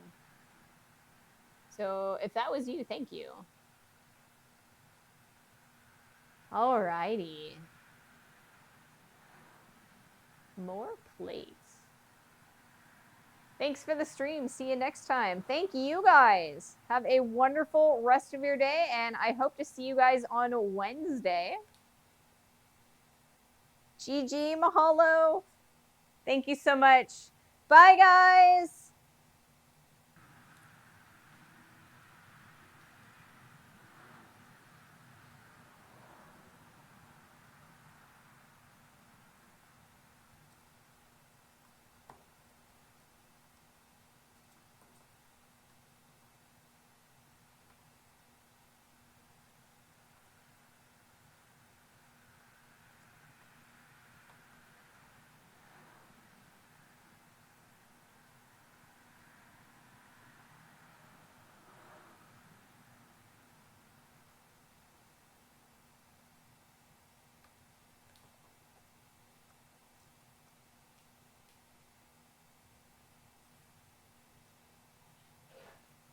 Alrighty.